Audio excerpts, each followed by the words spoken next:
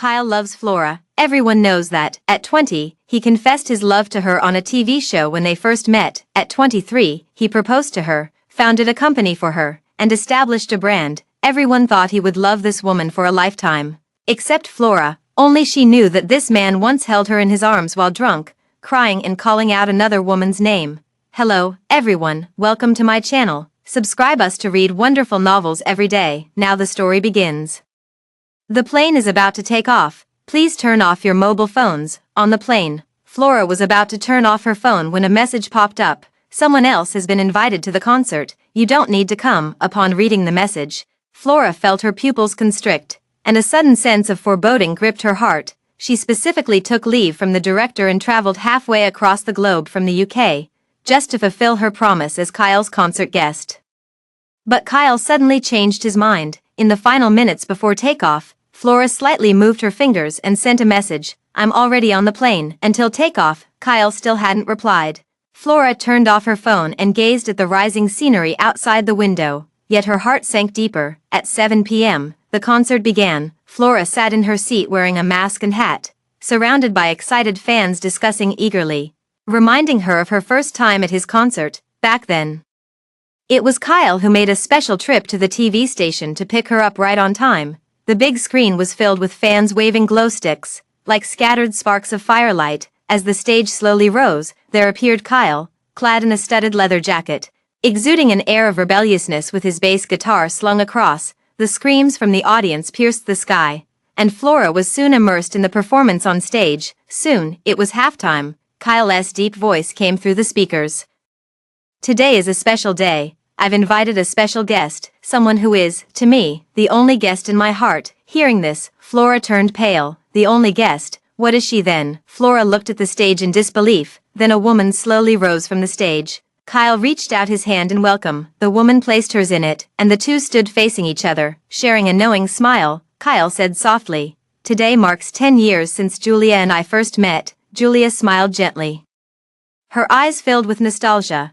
"I thought we'd never have the chance to sing the same song together again." The prelude began to play. 10 years ago. "I didn't know you, you didn't belong to me. Lovers in the end inevitably become just friends." Flora stood beneath the stage, listening to the song as if a bucket of cold water had been poured over her from head to toe.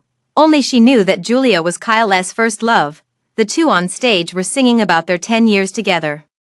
After the concert ended, Flora used facial recognition to enter the backstage. "As soon as I stepped into the preparation room, I heard lively cheers coming from inside. Then, Kyle's emotional words followed. Julia, thank you so much for coming and keeping this 10-year promise." Julia choked up.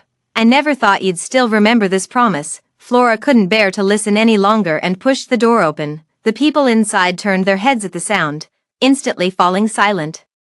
One person spoke up. "Flora, why are you here?" Flora looked at Kyle, ignoring his dark expression. She walked to his side, linked her arm with his, and asked with a smile, "What's wrong? Not happy to see me?" Julia turned pale, glanced at Kyle, her eyes welling up with tears. "Thank you all for today. I'll take my leave now." With that, she left, and the others followed suit. The room was suddenly left with only Flora and Kyle. Their gazes met, and the air instantly grew tense. Kyle pulled his hand away, his tone irritated. "Let's go home." Back home, the door closed. Kyle started accusing. "What exactly do you mean by this? Sneaking off to the concert without a word, making everyone unhappy, is that what makes you happy?" Flora, her eyes dimmed. She took a flight lasting over 10 hours to see him.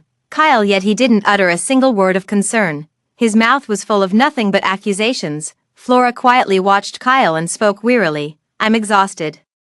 I just flew 10 hours to get back. Are you really going to talk about this now?" Kyle choked up, then frowned. "Didn't I tell you not to come back? I was already on the plane at that time." As soon as these words were spoken, Kyle frowned in irritation, leaving only a curt remark, "Then get some rest." He then turned and headed to the home recording studio. Flora, after washing up, lay alone in bed, the empty room, missing the presence of one person. Why does it feel so lonely? Eyes closed.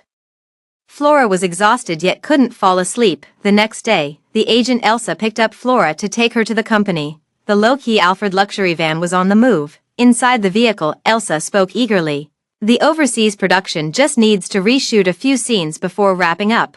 But the legend of Liang Yu is the top priority. This series has substantial investment and potential to compete for awards, so we must give it our best. Flora felt equally excited in her heart.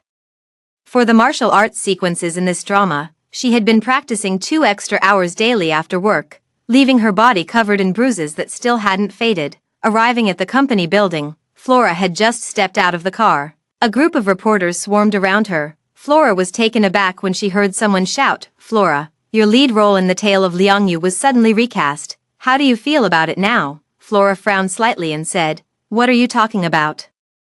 Didn't you know? The production team just announced that the role of Qin Liangyu has been recast with Julia." Hearing this, Flora felt as if struck by lightning. Perhaps her expression was too terrible. The sound of camera shutters kept ringing out. Elsa saw this and waved a hand to block the cameras. No more photos, with the other hand pulling Flora toward the company.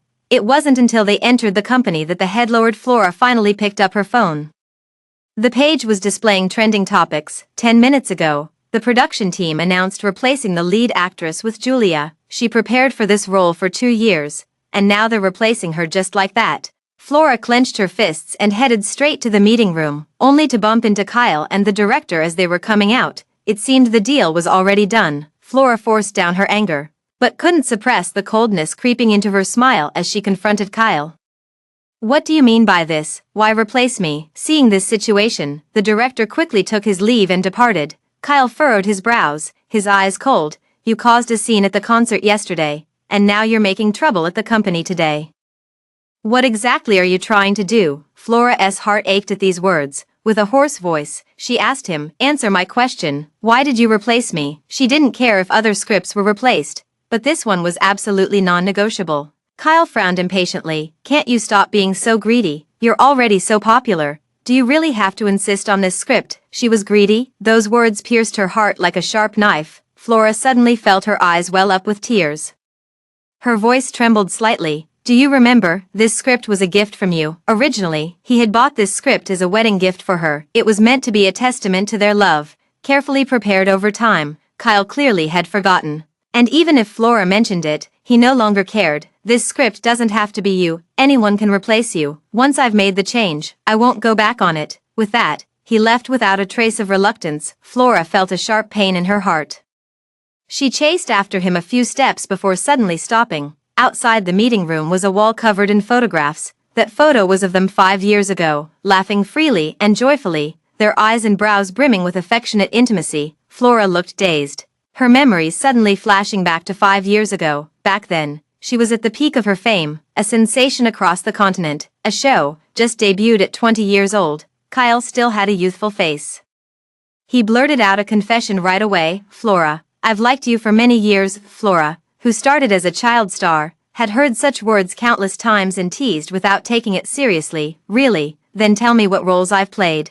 Kyle smiled faintly and immediately listed a series of character names. Even the bit parts he played as a child were recounted one by one. Flora seemed touched by something, her defenses softening. At that moment, Kyle had an exceptionally bright gleam in his eyes, charging forward with nothing but sincerity. In the blink of an eye, 5 years passed, and the photos had yellowed with time. Flora shivered all over, murmuring, "Kyle, how much love do you have left?" That night, Kyle didn't come home. The next day, Elsa called early in the morning, her tone cautious. "Flora, rest well these days, don't go out, and don't check the news." Elsa's tone was off. Flora furrowed her brows and instinctively opened Twitter. A trending explosive headline was prominently displayed on the homepage. Shocking. Pop King Kyle secretly meets young model Dora on a mountaintop late at night. Flora paused for a long moment before swiping down, only to be met with a blurry side profile photo. Looks somewhat like Kyle. When she refreshed again, she found Kyle had reposted this Twitter. The caption read, "Fake news, dare to spread rumors. Expect a lawyer's letter." The tone was as unrestrained and defiant as ever. The comments section is filled with fan smugness. "Damn marketing accounts, waiting for the lawyer's letter. Their marital relationship is just fine, spreading rumors recklessly, waiting for the lawyer's letter." A false alarm. Flora was about to turn off her phone when a glaring comment made her pause. "I just photographed Kyle and Flora together last night, still as loving as newlyweds after 3 years of marriage." Last night. Flora clicked on the image with stiff fingers. The two figures stood intimately close, their backs leaning against each other. The woman's silhouette wasn't hers, it was Julia. Last night, Kyle had spent the entire night with her. Flora froze, her blood running cold, her limbs nearly numb. It wasn't until midnight that Kyle returned home. Flora hadn't turned on the lights, leaving the room in complete darkness. The lights came on. Flora instinctively closed her eyes as Kyle's shocked voice reached her ears. "What are you doing sitting here in the dark in the middle of the night?" She paused, slowly opened her eyes, and turned her head to look at him. This is Flora's habit, when feeling down. She likes to turn off the lights and gaze at the night scenery outside the window. In the past, Kyle would turn off the lights again and sit on the floor with her. What about now, looking at the face before her? No longer youthful but bearing the arrogant impatience of a young man, Flora forced out a sentence from her throat. "It's too late, I'm going to bed." As she spoke, she tried to stand up, only to collapse back down the next second, after sitting for too long. "My body has gone numb." Flora sat with a blank expression, preparing to get up after a moment's rest. Kyle loomed over her with his tall figure. The next moment, her body was lifted into the air. Flora belatedly looked up in surprise, her gaze meeting Kyle's sharply defined jawline as his gentle voice reached her ears. "The martial arts scenes in the Jade Legacy are too intense for you. I've secured another role for you, a Republican-era film directed by Ho." As the words faded, Flora's body was gently placed on the bed. They were close enough for their breaths to mingle, a proximity that should have felt intimate, yet now failed to stir Flora's emotions in the slightest. Even with 1,000 reasons, changed means changed.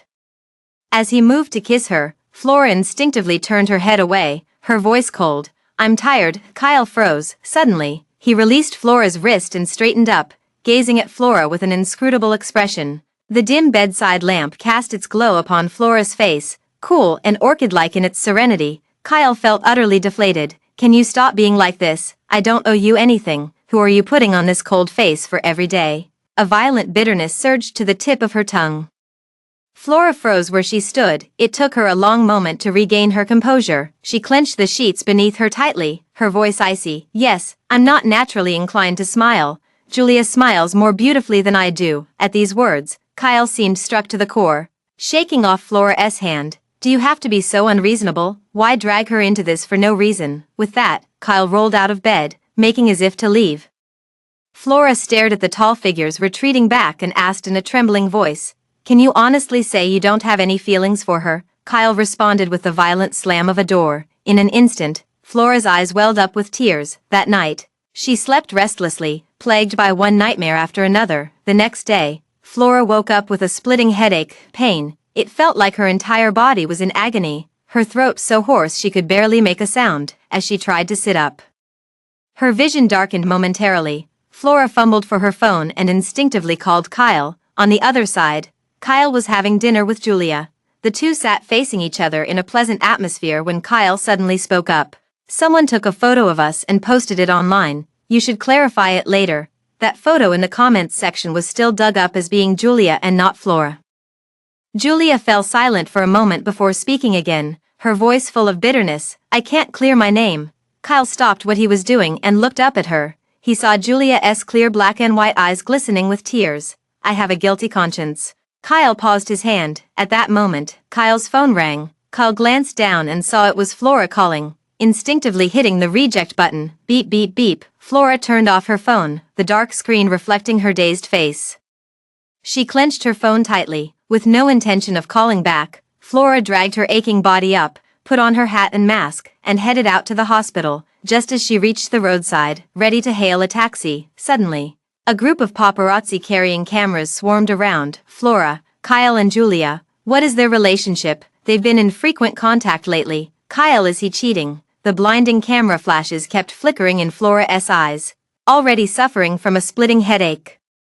She felt even worse. She pulled down her hat to avoid the microphones practically poking at her. Private time, no interviews. Seeing they couldn't dig up any news and Flora was alone, the paparazzi actually surrounded her right on the street. "Speak up. Why aren't you answering the question? Your silence means you're guilty, doesn't it?" Several grown men had Flora cornered, the thin air making it hard for her to breathe. Everywhere she looked, there were nothing but ugly faces. Flora, her vision darkened in waves. She staggered a couple of steps before collapsing forward, completely losing consciousness. 2 hours later, luxury brand store. Julia was changing clothes in the fitting room. Kyle idly took out his phone. The moment he opened it, a glaring headline froze him in place. Flora collapses on the street, left unhelped in utter misery. He sprang to his feet, disregarding Julia, and bolted out the door. Hospital. Kyle quickly walked toward the hospital room, only to be blocked by his agent Elsa at the door. Elsa smiled, but her tone was icy. Mr. Lou is such a busy man, too busy to even answer his own wife's calls. Kyle recalled the missed call, his heart in turmoil, his expression darkening. Are you meddling in our private affairs? Elsa felt indignant on behalf of Flora and let out a cold laugh. Then let's talk business, Mr. Lou. We signed a contract for The Tale of Good Jade. Don't forget to pay the penalty fee. Hearing this, Kyle frowned and looked down at her condescendingly. Disdaining to speak with her, he pushed the door open and walked in directly. As soon as he entered, Flora slowly opened her eyes. Their gazes met, and the air seemed to freeze in that moment. Kyle paused for a moment before stepping forward. He reached out to touch Flora's forehead and asked softly, "Has the fever gone down?" The setting sun poured through the glass, casting everything in a rosy hue. The light shimmered on Kyle's handsome features, as ethereal as a dream. Between reality and illusion, Flora found herself unable to see clearly for a moment. She gazed at Kyle, remaining silent for a long time. Kyle withdrew his hand, looking somewhat worried. Still a bit feverish, Flora suddenly snapped back to reality. Her voice, hoarse from a fever nearing 40 degrees, whispered, "Much better." Kyle sat down smoothly, gazing at Flora's bloodless lips with an inexplicable guilt in his heart. "I was busy in a meeting, that's why my phone was on silent." Flora stared at him quietly without responding. She no longer had the strength to ponder the truth of these words. Flora turned her head to look out the window, just as the sun was setting in the dusk. Much like their love, seemingly about to sink into the mountain ridges, suddenly, her parched lips parted slightly. "If one day you no longer love me, don't let someone else tell me."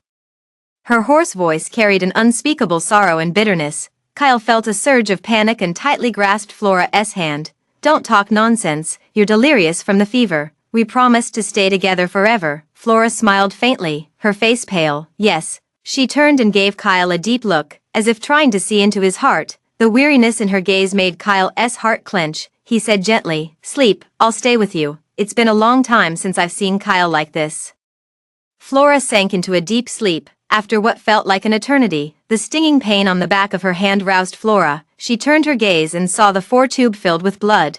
But Kyle was nowhere to be seen, staring at the empty hospital room. Flora felt as if a piece of her heart was missing, hollow and aching, the pain so constant it was almost numbing. She pressed the call button by the bed. Bed 10 calling, bed 10 calling. Amidst the calls, Flora fumbled to turn on her phone. A glaring trending topic was prominently displayed. Every word of that trending topic pierced her heart like a knife. King of Pop Kyle cheats on Queen of Songs Julia. Midnight rendezvous so romantic. Flora, her fingers trembled as she clicked open the photo. The image of two people tightly embracing in a hotel shattered her defenses completely. Unable to bear looking any longer, her fingers quivered as she tried to exit, but the next moment, the homepage immediately refreshed with Kyle's forwarded clarification. At Kyle, "I did not cheat." Flora felt a little better after reading this sentence. Refreshed instinctively, Kyle immediately posted another Twitter. "Julia and I are just friends now. But once upon a time, we were indeed each other's entire world. She was my first love, the only one." Flora, her aching heart instantly froze into ice. Each other's entire world. These words pierced deeply into Flora's body like icy blades. Flora felt so cold and in pain all over her body, she couldn't help but want to hug herself for some warmth. But it was all in vain. Flora, can you hear me?" The nurse's urgent calls awakened Flora, her scattered pupils gradually focusing. Flora looked up in a daze. Only then did she realize she had pulled out the 4-needle. Blood splattered all over herself and the pristine white sheets. The nurse finished tidying up and quickly left. The ward was once again left with only Flora alone.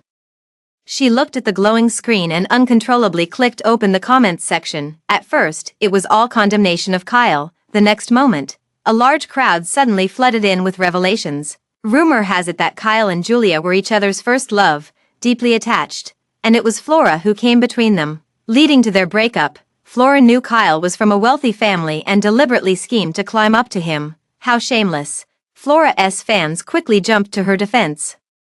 "Stop spreading nonsense. Flora would never do such a thing." but they were instantly torn apart by the hired trolls. The comment section was completely derailed, with everyone now cursing Flora. Flora found it both amusing and absurd. When she was with Kyle, Kyle and Julia had already broken up at that time. She knew Kyle had a first love, but she didn't care, simply because Kyle gave her all his favor and enough sense of security. But now, at that very moment, Elsa pushed the door open and walked in, noticing Flora's phone screen. Her expression changed slightly as she was about to say something. Flora didn't give her the chance, turning off the screen and speaking first. "I want to be discharged from the hospital. Don't tell Kyle." Elsa sighed and swallowed the words she wanted to say. After completing the discharge procedures, the Alpha Nanny car drove on the road. Elsa took out several notebooks and said heavily, "You cleared most of your schedule for the Tale of Good Jade before, but you can't just not work. These are the recent jobs we've secured for you. Take a look and choose which one you want." Flora flipped through several scripts and found them all to be quite terrible. She suddenly understood in her heart, Kyle had no reason whatsoever to replace her in the role. The entertainment industry is all about favoring the rising stars and abandoning the falling ones.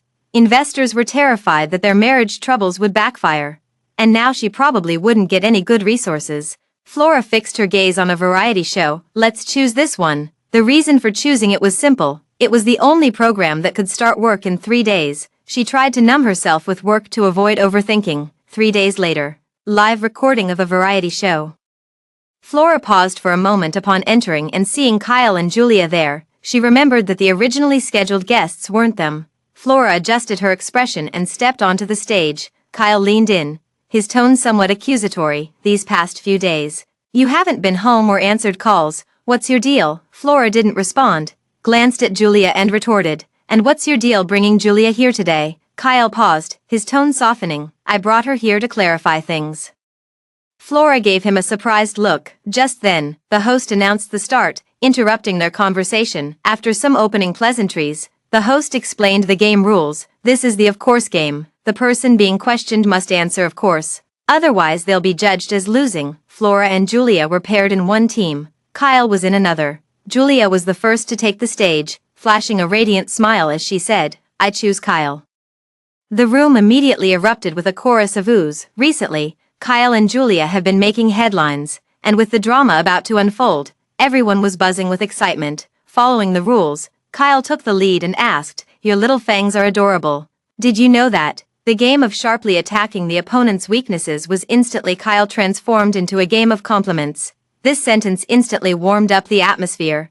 Julia's face immediately turned red, and she shyly replied, "Of course." Then, she glanced at Flora. Flora felt her heart sink upon meeting that gaze. The next second, Julia dropped a bombshell. "If given another chance, would you choose me?" Wow, no one expected Julia to ask this question. Instantly, 3 cameras focused on Kyle, Julia and Flora respectively. Flora could only try her best to maintain a professional smile, staring at Kyle, her nails dug into her palms, yet she felt no pain. The next moment, his answer reached Flora's ears amidst the uproarious cheers. Of course, the atmosphere in the room reached its peak. Only Flora's heart sank into a dark, icy abyss. Her eyes uncontrollably reddened. She took a deep breath, and only then did the redness fade, restoring her composure, yet her heart still ached with each breath. After several more rounds, the winner was decided. Kyle won. Immediately, he turned to the camera with a smile and said, "That was just a game, don't take it seriously.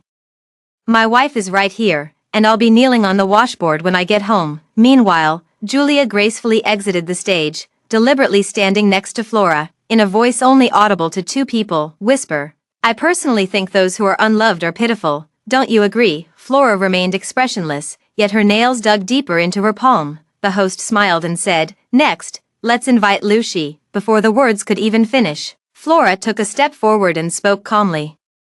"I'll take this round of the game." The entire recording studio fell silent for a moment. Everyone turned their surprised gazes toward Flora. Kyle also frowned as he looked at her. Flora stood motionless, without waiting for the host to speak. She walked up to Kyle and asked, "Kyle, do you think a marriage with cracks shouldn't continue?" Kyle's eyes flashed with anger as he gritted his teeth and replied, "Of course not." Heart aching, Flora spoke again, "If we hadn't gotten married, would you not marry me now?" The venue immediately erupted in murmurs. Kyle no longer wanted to continue recording. Frowning as he considered stopping the show, Flora denied him this opportunity. She looked directly at him and asked the third question. Some say those who are unloved are pitiful and should end things early. Do you think the same? Kyle met Flora's slightly reddened eyes, feeling irritation before a deeper surge of anger rose within him. He sneered, of course. The dust has settled. Flora's face turned as pale as paper in an instant, her heart completely shattered by these words. A bitter smile curled at the corners of her lips. I admit defeat. Recording ended. Flora and Kyle remained silent all the way home. As soon as the door closed, Kyle unleashed the anger he had been suppressing the entire way. Are you out of your mind? Why would you act up while we were recording? It was just a game, wasn't it? Flora's tone was flat, but a slight tremble could be heard upon closer listening. Kyle didn't notice, his chest heaving violently. Have I spoiled you too much? Just because I didn't let you play that role, you have to stir up all this trouble. Flora had tears welling up in her eyes as she couldn't help but confront him. Who's stirring up trouble, you or me? The trending hashtag about you and Julia is still up there. Kyle paused, speaking irritably. She's just my ordinary first love. Can't you stop targeting Julia all the time? Your constant suspicion is really annoying. With that, he turned and walked back toward the recording studio. How annoying. Those 3 words struck Flora like a heavy blow, sending waves of excruciating pain throughout her entire body. She nearly lost her balance. Watching Kyle's retreating figure, Flora gave a desolate smile. Every time Julia was mentioned, as if it burned his tongue, Kyle would always evade the question. The sky gradually darkened. Flora sat on the floor, staring unblinkingly at the night outside the floor-to-ceiling window. Suddenly, the phone lit up, and a message popped out. She glanced casually, then her gaze froze abruptly. Vote. Look at these 2 photos. Who do you think is happier? In both photos, there is Kyle's face. One is her wedding photo with Kyle. Flora wore a custom-made diamond wedding dress at the wedding held in the most luxurious manner in England. Everything was arranged by Kyle. She didn't understand why it had to be so grand and even asked Kyle specifically. Kyle just smiled, his eyes brimming with tenderness. I've always wanted to hold such a wedding for my beloved. Back then, Kyle's gaze wasn't fixed on Flora's face, but lingered on her veil instead. She didn't understand why at the time, but now, when Flora's gaze shifted to another photo, her heart nearly skipped a beat. That photo was taken under a cherry blossom tree with petals fluttering in the air. Julia wearing her school uniform and a veil, beaming with joy as she leaned into the adoring arms of Kyle. It was the kind of photo that would make anyone who saw it sigh. How blissful. It embodies the purest and most sincere love between 2 young boys. Flora stared intently at the veil on Julia's head in the photo. In that moment, even her breath felt piercingly painful. So, that wedding was meant for the former Kyle and Julia. Overwhelmed by heavy irony and sorrow, Flora leaned against the floor-to-ceiling window, her reddened eyes filled with heartbreak. In the darkness, Flora scrolled down her phone screen. On the voting bar, that campus bridal veil photo was far ahead in votes. The comment section was filled with nothing but regret.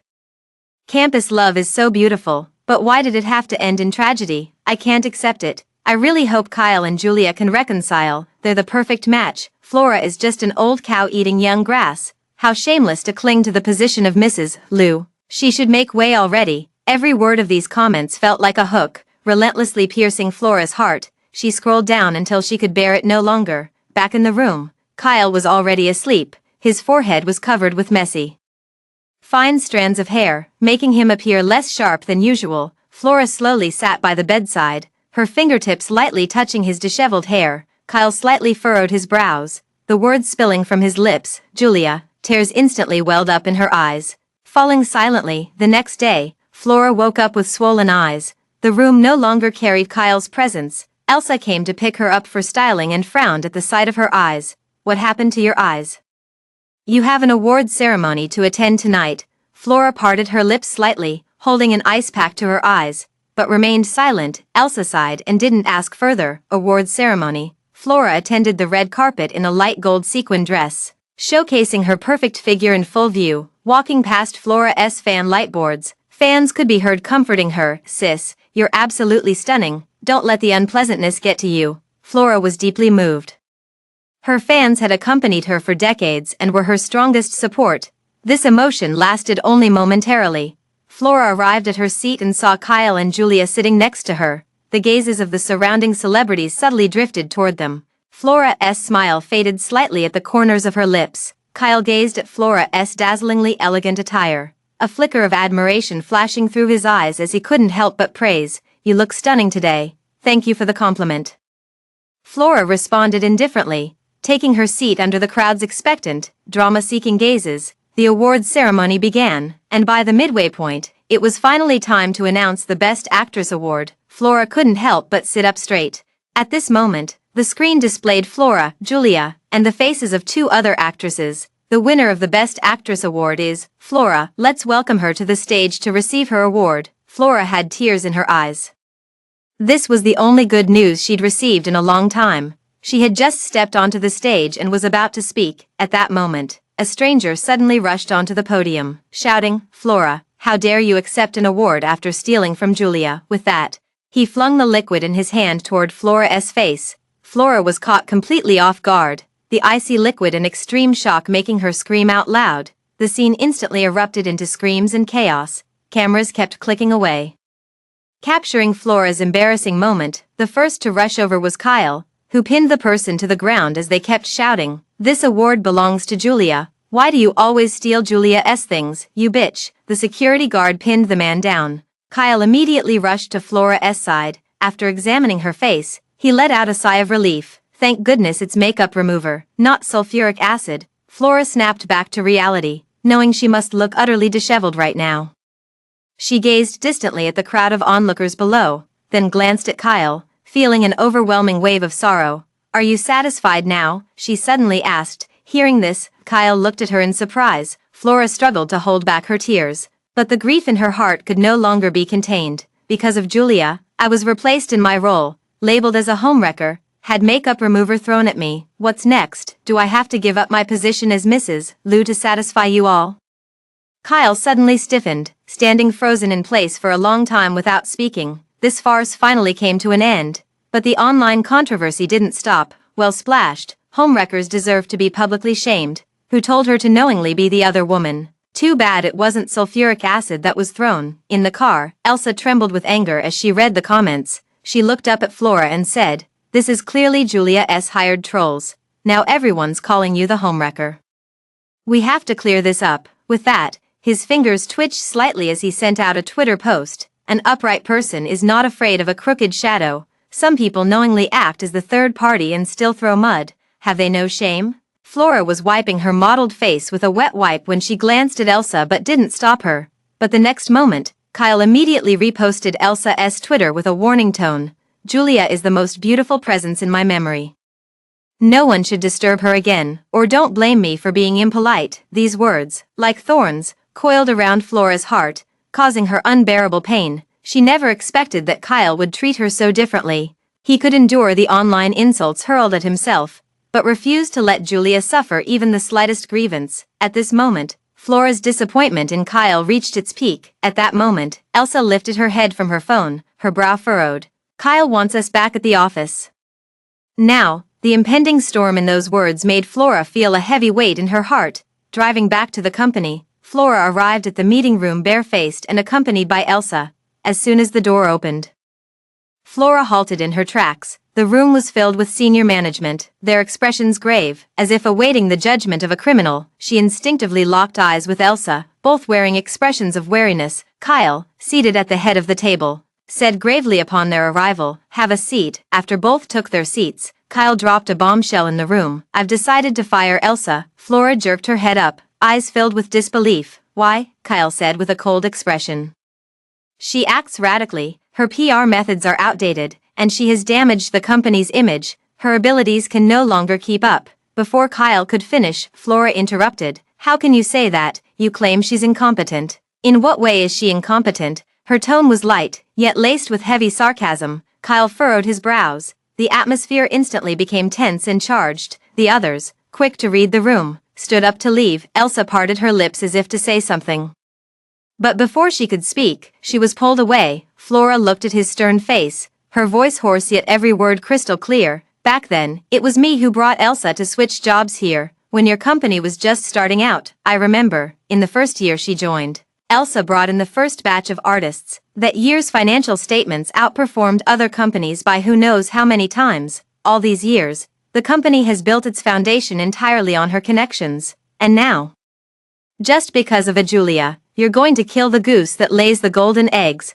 Mentioning Julia, Kyle's expression changed, his gaze at her filled with displeasure. Flora, you're just an artist at the company. Following arrangements is what an employee should do. You have no right to question my decisions. Flora felt a spasm of pain in her chest, and for a moment, she thought she had forgotten to breathe. Kyle's promise echoed in her ears. Flora, I've convinced my brother. Now I have the startup funds. Come to my company, I'll make you an international superstar. Flora believed him and gave him everything. But now, all she got was a single sentence: you're not qualified. No one is colder than Kyle. Flora's eyes welled up with moisture as her voice, barely above a whisper yet crystal clear, echoed through the room. If you insist on firing her, then terminate my contract as well. The atmosphere in the room instantly froze. Kyle clenched his jaw, hissing through gritted teeth. Are you threatening me? Seeing Flora still wearing a resolute expression, Kyle glared with icy eyes, his clear voice suppressing fury. Fine, termination is possible. You signed a lifetime contract. The penalty for breach is 1 billion. Can you afford that? Flora pupils constricted sharply. These words crashed down like a mountain upon Flora, crushing her until she could barely breathe.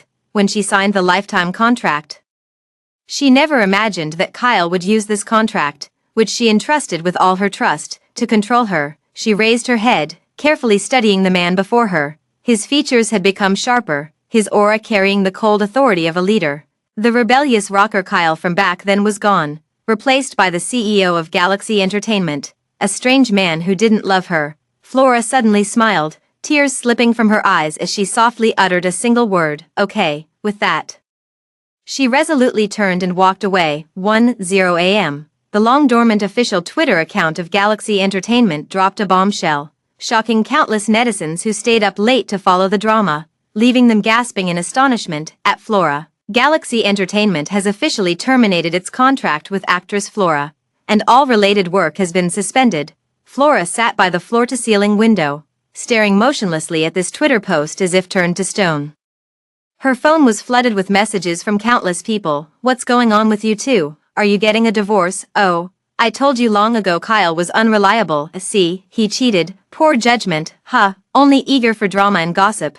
Not a single genuine word of concern. Too drained to respond, she could only pretend not to see and turned off the screen. The phone ringtone echoed through the silent hall. Seeing the caller was Elsa, Flora flashed a hint of guilt in her eyes. After answering, Elsa's slightly weary voice came through. Flora, the legal department of Galaxy Entertainment said we must pay the penalty within a week, or they'll sue us. Flora tightened her grip on the phone. I thought the pain had numbed me, but hearing Kyle's heartless words, the bitterness still surged uncontrollably. She fell silent for a moment before responding hoarsely. I'll gather the money. I've dragged you into trouble this time. Don't talk about trouble. What storms haven't we weathered together? Elsa comforted her instead, her voice tinged with guilt. In the end, it's my fault. I shouldn't have posted that Twitter. After all, you were once husband and wife. He couldn't be that heartless, could he? Flora was stunned. Don't you know how? She gazed out the window, a faint trace of mockery curling at the corner of her lips, her voice tinged with bitterness and helplessness. You're not wrong, and neither am I. Don't feel guilty. As for him. Flora paused, unable to continue. Elsa also felt upset and cursed Kyle on the other end of the phone. I understand. I'll go find a lawyer to handle this. These words made Flora feel a lump in her throat. After decades, only Elsa had steadfastly stood by her side. Elsa, thank you. There was a brief pause on the other end, followed by a relieved laugh. Cheer up, you're Flora. The call ended. Flora stared at her phone for a long time, feeling a slight warmth in her heart. Elsa's words helped her emerge slightly from the gloom. After some thought, she called Kyle, but after ringing for a long time, there was no answer. Her eyes dimmed as she hung up the phone and prepared to go out to find him. Just then, a video call came in. Flora stared at the name on the screen, remaining silent for a long while before trembling slightly as her fingertip pressed to answer. After the video connected, a man appears on the screen. His expression is calm and indifferent, his stern face appearing utterly unyielding under the light. The two remain silent for a few seconds, neither speaking. First, the man adjusts his tie, gazing deeply at her. Emotions churn in his eyes, softening the coldness at the corners of his brows. He spoke heavily, his voice trailing with a hint of nostalgia. Are you okay? Flora knew he was referring to her divorce with Kyle. Her face turned deathly pale, her heart stung sharply, more by humiliation than sorrow. She struggled to suppress the tremor in her voice. "You know I'm not a weak person." The man's eyes darkened slightly, his voice hoarse as he spoke again. "I know. I'm sorry for not disciplining him properly." Flora closed her eyes briefly and cut him off directly. "You're just his brother, no need to apologize. He's an adult and knows what he's doing." Looking at this face that bore some resemblance to Kyle's, Flora smiled self-deprecatingly. "Isaac, perhaps I'm just naturally incompatible with your Herman family." A glimmer of pain flashed in the man's eyes. "We were so deeply in love back then. How did we end up like this?" His words pierced the deepest recesses of her heart, stirring up memories she thought long forgotten. Dragging her back into an abyss of endless agony like a whirlpool, her body trembled slightly as she struggled to keep her vulnerability from showing. Unable to listen any longer, Flora silently hung up the call and promptly blocked his account. After sitting for a long time, Flora finally got up and left. Arriving at Galaxy Entertainment, Flora headed straight for the CEO's office. The secretary quickly stopped her. "The CEO is busy and not seeing anyone right now." Flora frowned slightly, sensing something, and pushed past her to enter. Just as I reached the door, I indeed heard Julia's voice from inside. "Was the name Galaxy inspired by me?" Flora paused abruptly, memories suddenly pulling her back to the past. When Galaxy Entertainment Group was first established, Flora had wanted to choose a different name, but Kyle insisted on using Galaxy. His reason was, "Don't you love the night? Those lights resemble the Milky Way, don't they? This was set up for you." Memories flooded back. Flora stood there, her face as pale as paper. She desperately hoped Kyle would deny it. She didn't want this last thing that belonged to her to also be Julia's. The next moment, Kyle's response drifted through the door crack to Flora's ears. "Yes, named after you." Flora's face instantly turned ashen. Her figure swayed unsteadily, as if she might collapse at any second. The secretary who had followed instinctively halted her steps. At this moment, Flora resembled a shattered piece of fine jade. Desolate and fragile, for a moment, she dared not approach. Flora leaned against the door and gave it a push. It opened, her eyes held ice, as if it were a defense mechanism born from the deepest wounds, using coldness to shield her fragility. The people inside the room looked at her in surprise, as if they hadn't expected Flora to appear. The air seemed to freeze for a moment. The secretary stepped forward to break the tension. "I'm sorry, President, I couldn't stop Mrs. Flora." Julia was the first to react, standing up with a smile. "It seems Miss Flora has something to discuss with Kyle, so I'll take my leave now." As they brushed past each other, her faint whisper drifted into Flora's ear. "$1 billion isn't easy to gather, is it?" Flora shot her a cold glance and shut the door in her face. She turned to look at Kyle, their gazes locked, neither speaking a word. After a long silence, Kyle spoke in a cold tone. "Did you come for the $1 billion? Flora paused, clenched her hands, and remained silent. Kyle understood immediately. She was here to yield. He softened his voice, speaking at a measured pace. "The Twitter post by your agent caused severe damage to Julia. Fire her, then apologize to Julia, and this matter will be over." Flora suddenly looked up. Her slightly reddened eyes filled with disbelief, uncontrollable anger and sorrow churned within her veins. After a long pause, she forced out an extremely hoarse sentence from her throat. "How do you expect me to apologize to Julia? What did I do wrong that I should apologize to her?" Kyle frowned and was about to answer. Flora didn't give him a chance and pressed on. "If I don't let this go, are you really going to demand those $1 billion from me?" Kyle suddenly turned cold. He grew somewhat irritated. "So you're determined to keep making a scene? Do you think I'll eventually compromise if you push hard enough?" Kyle wore a mocking expression, his icy words spilling relentlessly from his lips. "I can give my things to whoever I want. Who do you think you are? Who is she?" "She is his wife, his beloved, the one to whom he once promised forever. But now, Kyle is mocking who she is." Flora felt a sharp pain in her heart. Her lips kept moving, but not a sound escaped. Each rapid breath was accompanied by an indescribable agony in her chest. The pain made her unsteady on her feet. Flora weakly leaned against the chair, her eyes brimming with tears, as she asked word by word, "Kyle, point to your heart and tell me, do you regret marrying me?" Kyle pressed his lips tightly together. At this moment, he felt something slipping out of control. "Stop talking nonsense." He practically fled from his own office in a panic. The abandoned Flora collapsed onto the sofa, lacking the strength to get up for a long time. After an unknown amount of time, her phone suddenly rang. Flora blankly picked it up, her gaze abruptly freezing. An unfamiliar contact had sent her a video.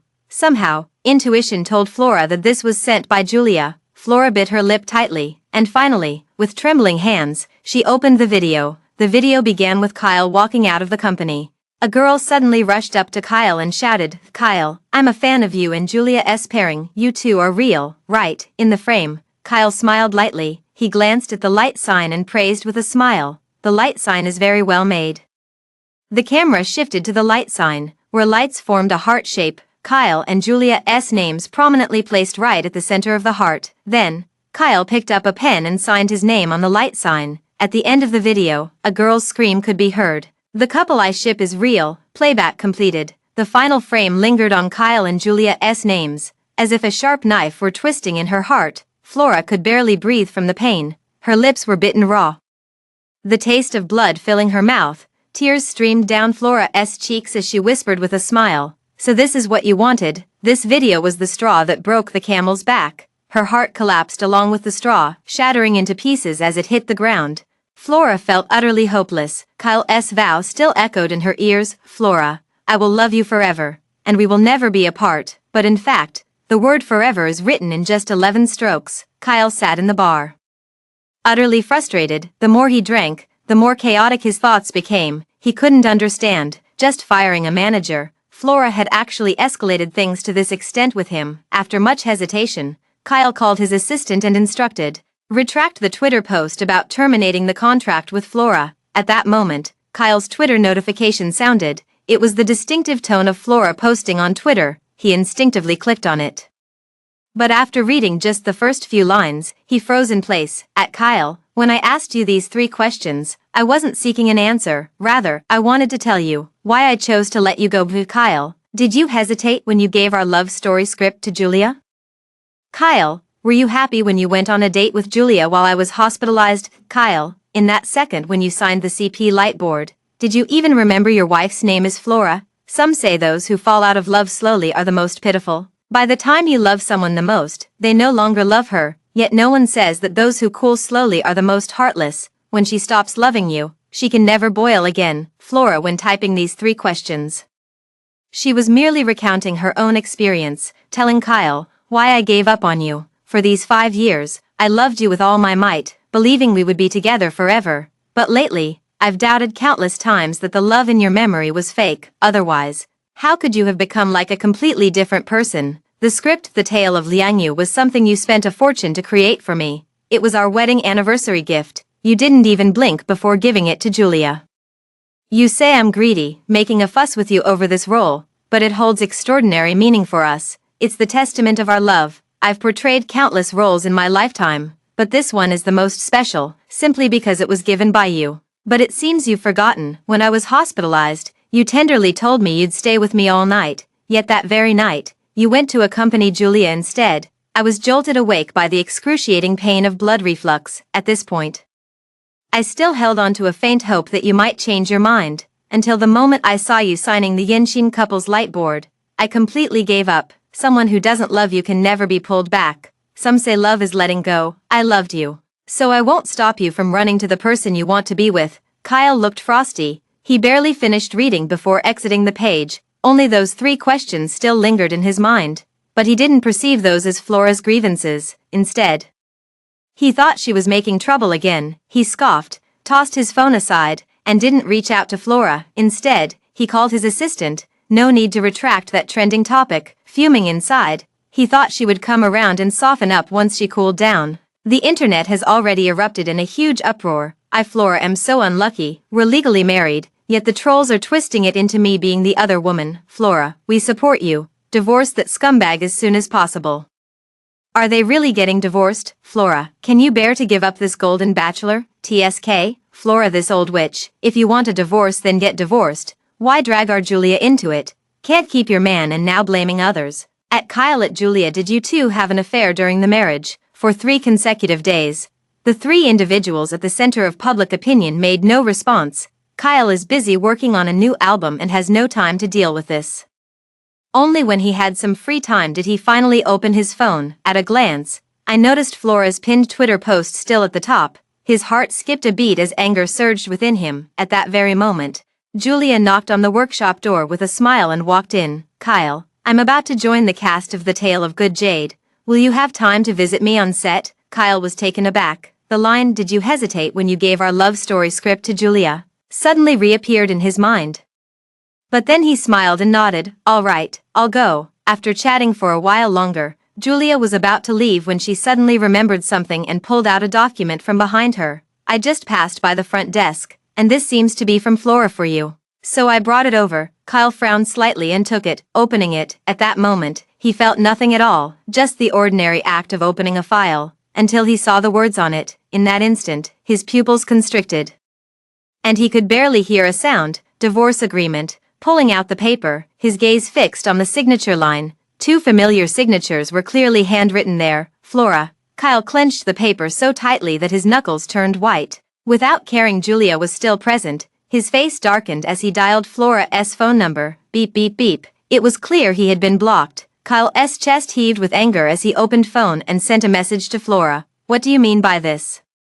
A glaring red exclamation mark appeared. At this moment, Kyle's anger surged. Masking the hidden panic in his heart, he abruptly looked up and saw Julia still there, his expression softening slightly. I have things to do, but I'll visit the set when I have time. Julia caught sight of those words, a shadow flickering in her eyes as she casually said, All right, I'll wait for you. Kyle was no longer listening. He stood up to leave, but Julia called out, Kyle. Kyle turned back in confusion, only to see Julia looking melancholy, her voice barely a whisper. No matter what happens, I'll wait for you. Just turn around, and you'll see me. Kyle felt a stir in his heart and gave her a reassuring smile, his tone gentle. Okay, with that said, he strode out of the company, returned home. As soon as he entered, Kyle froze in place. The house was missing many things. Kyle for a moment, his cold, stern face showed a flicker of confusion as he suddenly walked toward the dead corner by the floor-to-ceiling window. Flora would always sit here whenever she was in a bad mood, but there was no one there. Kyle stood there, a sharp pain gripping his chest. Clenching his fists, he gritted his teeth and muttered, Oh Flora, what are you up to this time? The empty hall echoed with no response. He stood for a long time, then suddenly thought of something and dialed Elsa's number. The phone rang for what felt like an eternity. Finally, Elsa's cold voice came through. President Lou, if it's business, have your lawyer contact me. Kyle didn't care about her attitude and asked anxiously, Flora, where is she? She's fine, you don't need to ask. Elsa said sarcastically, having been the center of attention since childhood. Kyle could no longer hold back. He tried to ignore the pain in his chest and blustered. Tell her she still owes me $1 billion and wants to divorce me to take half my assets to pay off her debt. No way, Elsa sneered. Well, this is an eye-opener. Flora, who was once so dazzling, has not only had her reputation ruined because of you but also has to pour all the money she's earned over the years into this mess. Flora has never done anything to wrong you. It's you, cheating during the marriage and letting your mistress slander her, who's been heartless at every turn.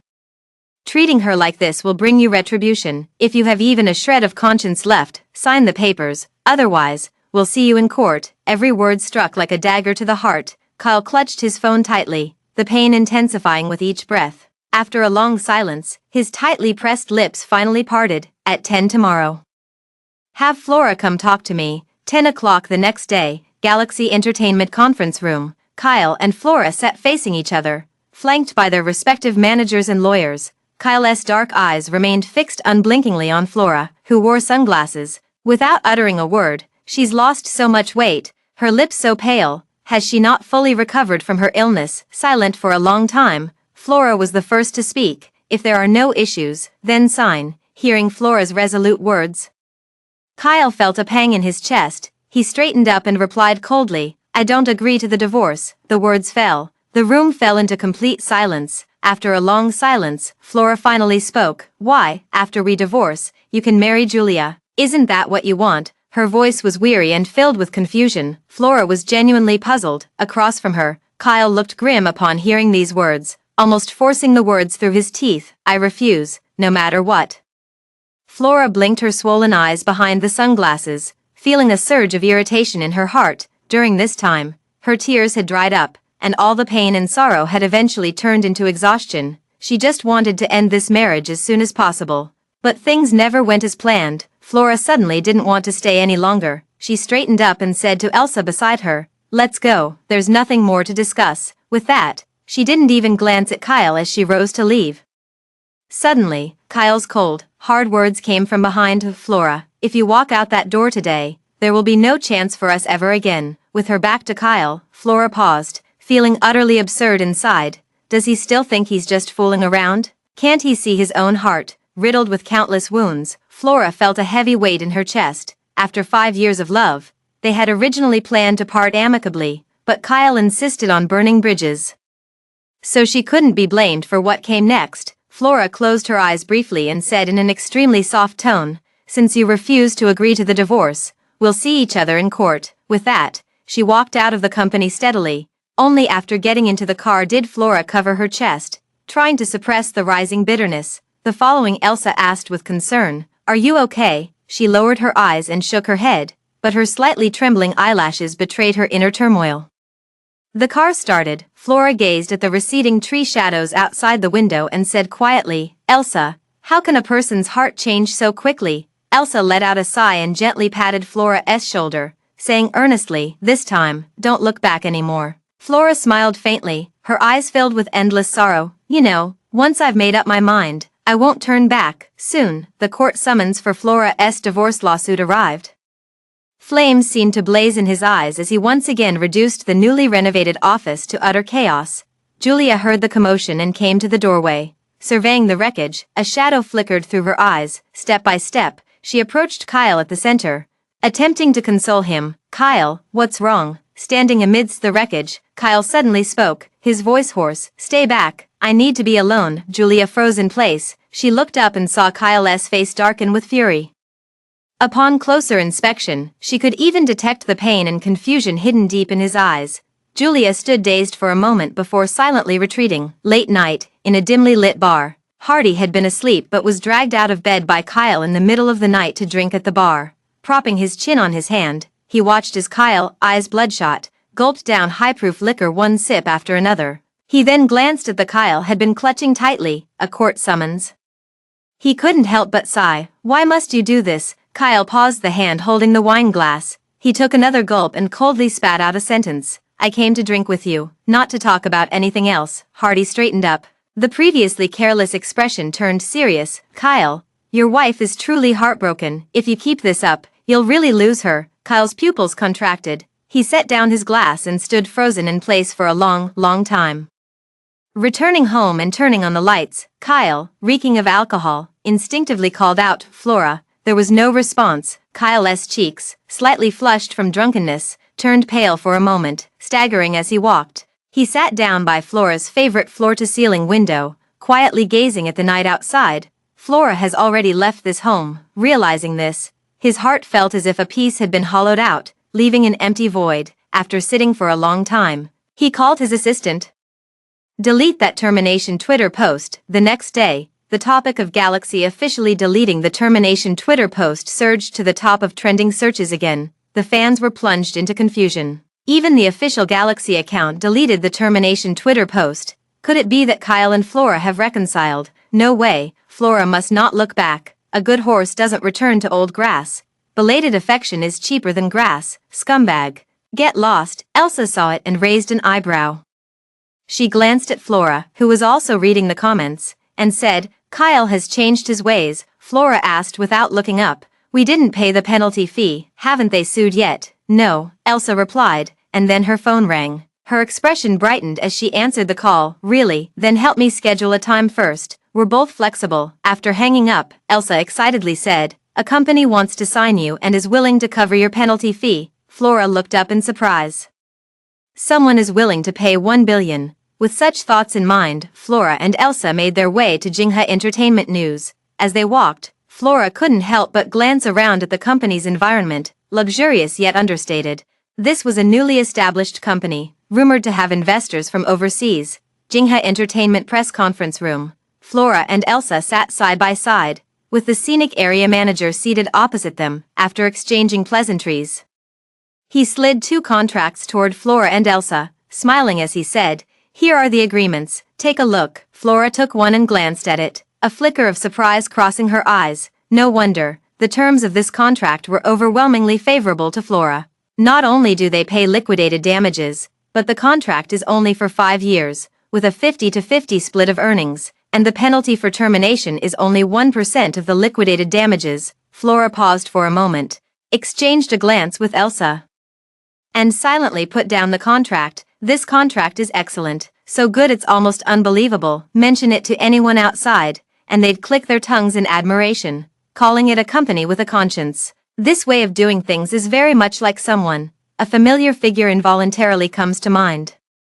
Flora felt a sudden tightness in her heart and couldn't help but ask, "Who is your boss?" The person in charge smiled and said, "Our boss is still abroad. You'll probably meet them once you sign the contract and start working." Seeing his reluctance to address the topic directly, Flora tightened her grip, and with mixed emotions, softly asked, "Is it Isaac?" Beside her, Elsa looked shocked. She clearly knew this person, Flora's first love and ex, Kyle's older brother, a director of the Lu Group. Isaac, the person in charge, froze for a moment, then smiled and said, "Yes." Having received the answer, Flora felt an indescribable emotion, as if a bitter gall was constantly churning inside her. She forcefully suppressed the turmoil in her heart and spoke with a hint of bitterness. "I'm sorry, I truly appreciate your company's recognition, but it's not a good fit." Having given a polite refusal, Flora stood up and walked out. Her pride wouldn't allow her to return to Isaac's company in such a sorry state. Elsa caught up with her, glanced at Flora's expression, and asked cautiously, "Are you okay?" Flora smiled self-deprecatingly and shook her head. "I'm fine." Elsa sighed inwardly, thinking this clearly didn't look like nothing's wrong. Returned to Elsa's home. Just as they reached the entrance, they saw Kyle leaning casually against a Lamborghini, waiting. Seeing the car approach, he lifted his head and glared over with a stormy expression. Flora closed her eyes briefly inside the car, then stepped out under Elsa's concerned gaze. Their eyes met, as if the world had fallen silent. After a long while, Flora was the first to speak. "What are you doing here?" Kyle's eyes flickered with an unreadable emotion. He pressed his lips together and hesitated before saying, "The penalty fee." "I don't want the penalty fee anymore. Can we not get divorced?" Before these words could be spoken, Flora interrupted, "Don't worry, I'll pay the penalty fee. If I don't, you can sue me." Flora's words were ice cold. Kyle's expression instantly turned frigid. He forced the words from his throat. "Good, very good. There are still 2 days left. Can you manage it?" Flora felt a tremor in her heart as she met Kyle's indifferent gaze. Even though she had long known Kyle was heartless, seeing him repeatedly show no mercy, Flora's heart couldn't help but ache. Suppressing the bitterness in her heart, she said softly, "Of course, and don't forget to sign the divorce papers as soon as possible." Hearing this, Kyle paused mid-step, his hand hanging by his side suddenly clenching into a tight fist. "I'll definitely sign once you've paid the penalty fee." With those angry words, Kyle left without looking back. He was certain Flora couldn't borrow the money. Flora watched Kyle's receding figure with a bitter smile. That day, she called countless industry friends, faced many cold shoulders, and only managed to borrow a few million. Combined with her own savings, there was still 700 million left. There was only 1 day remaining. Now, it's truly a dilemma between advancing and retreating. Elsa furrowed her brows and hesitated before speaking. "Maybe we should take it to court." Flora remained silent for a long while before shaking her head. "After paying the penalty, Kyle will get a divorce. The marital assets will be split equally, which is enough to cover the 1 billion. If we go to court, it will take too long. I really don't want to be entangled with Kyle anymore. Every time I meet Kyle, he stabs me right in the heart." She was truly afraid and didn't want to see him again. Going to court is the last resort. Perhaps she could ask him for help. Midnight, Flora stared blankly at Isaac's message on her phone. She had already removed Isaac from the blacklist, but couldn't bring herself to make the call at that moment.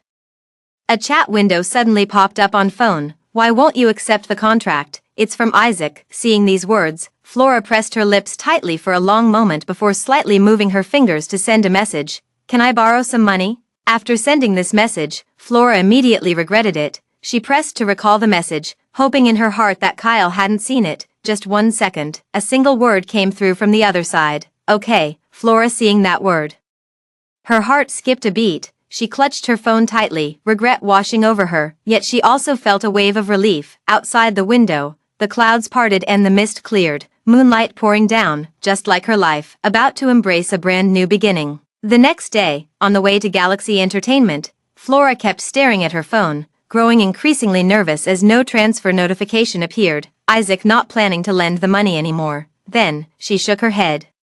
He wasn't that kind of person. If he promised, he would definitely do it. Elsa sighed beside her. What should we do? If we don't have enough money, isn't it just asking for trouble? Might as well just go to court. Flora looked up from her phone screen and comforted her. Don't worry. Her tone carried a soothing power. Elsa's eyes brightened slightly, and seeing her composed demeanor, she felt reassured. Flora's heart, however, remained tense. Her gaze kept drifting intermittently toward the phone screen. By the time they arrived at Galaxy Entertainment, the money still hadn't been transferred. Though her expression remained unchanged, inwardly she began to feel a growing sense of urgency. Conference room. Flora and Elsa had just arrived at the door when they saw Kyle waiting for a long time. With Julia sitting nearby, Flora paused mid-step, glanced at Julia, then at Kyle. Meanwhile, Kyle sat at the head of the table. His expression dark, not even sparing them a glance as they entered. Flora felt a complex mix of emotions, which ultimately turned into deep disappointment. At this moment, she became even more determined to go through with the divorce. After both had taken their seats, Kyle finally lifted his noble head and squinted as he asked, "The person is here. Where's the money?" Flora flinched slightly. She glanced subtly at her phone. Still no transfer. Kyle noticed her small movement and instantly understood Flora was bluffing. He couldn't help but scoff. What? Can't afford to pay? Seated beside Kyle, Julia also smiled, her expression concerned. Flora, what's wrong? Julia had already gathered the intel. She knew Flora only had 300 million in hand and was here today to watch the show. If you're truly broke, there's no need to force yourself. I can plead with Kyle on your behalf. How about paying the penalty in installments? Julia finished speaking, and in a corner where Kyle couldn't see, her eyes were filled with mockery as she looked at Flora. Flora hadn't even opened her mouth when Kyle cut in coldly. No way, Julia, stay out of this. Julia seemed to dim her eyes slightly upon hearing this. I just wanted to help Flora. Flora watched her pretentious act quietly, feeling utterly disgusted inside.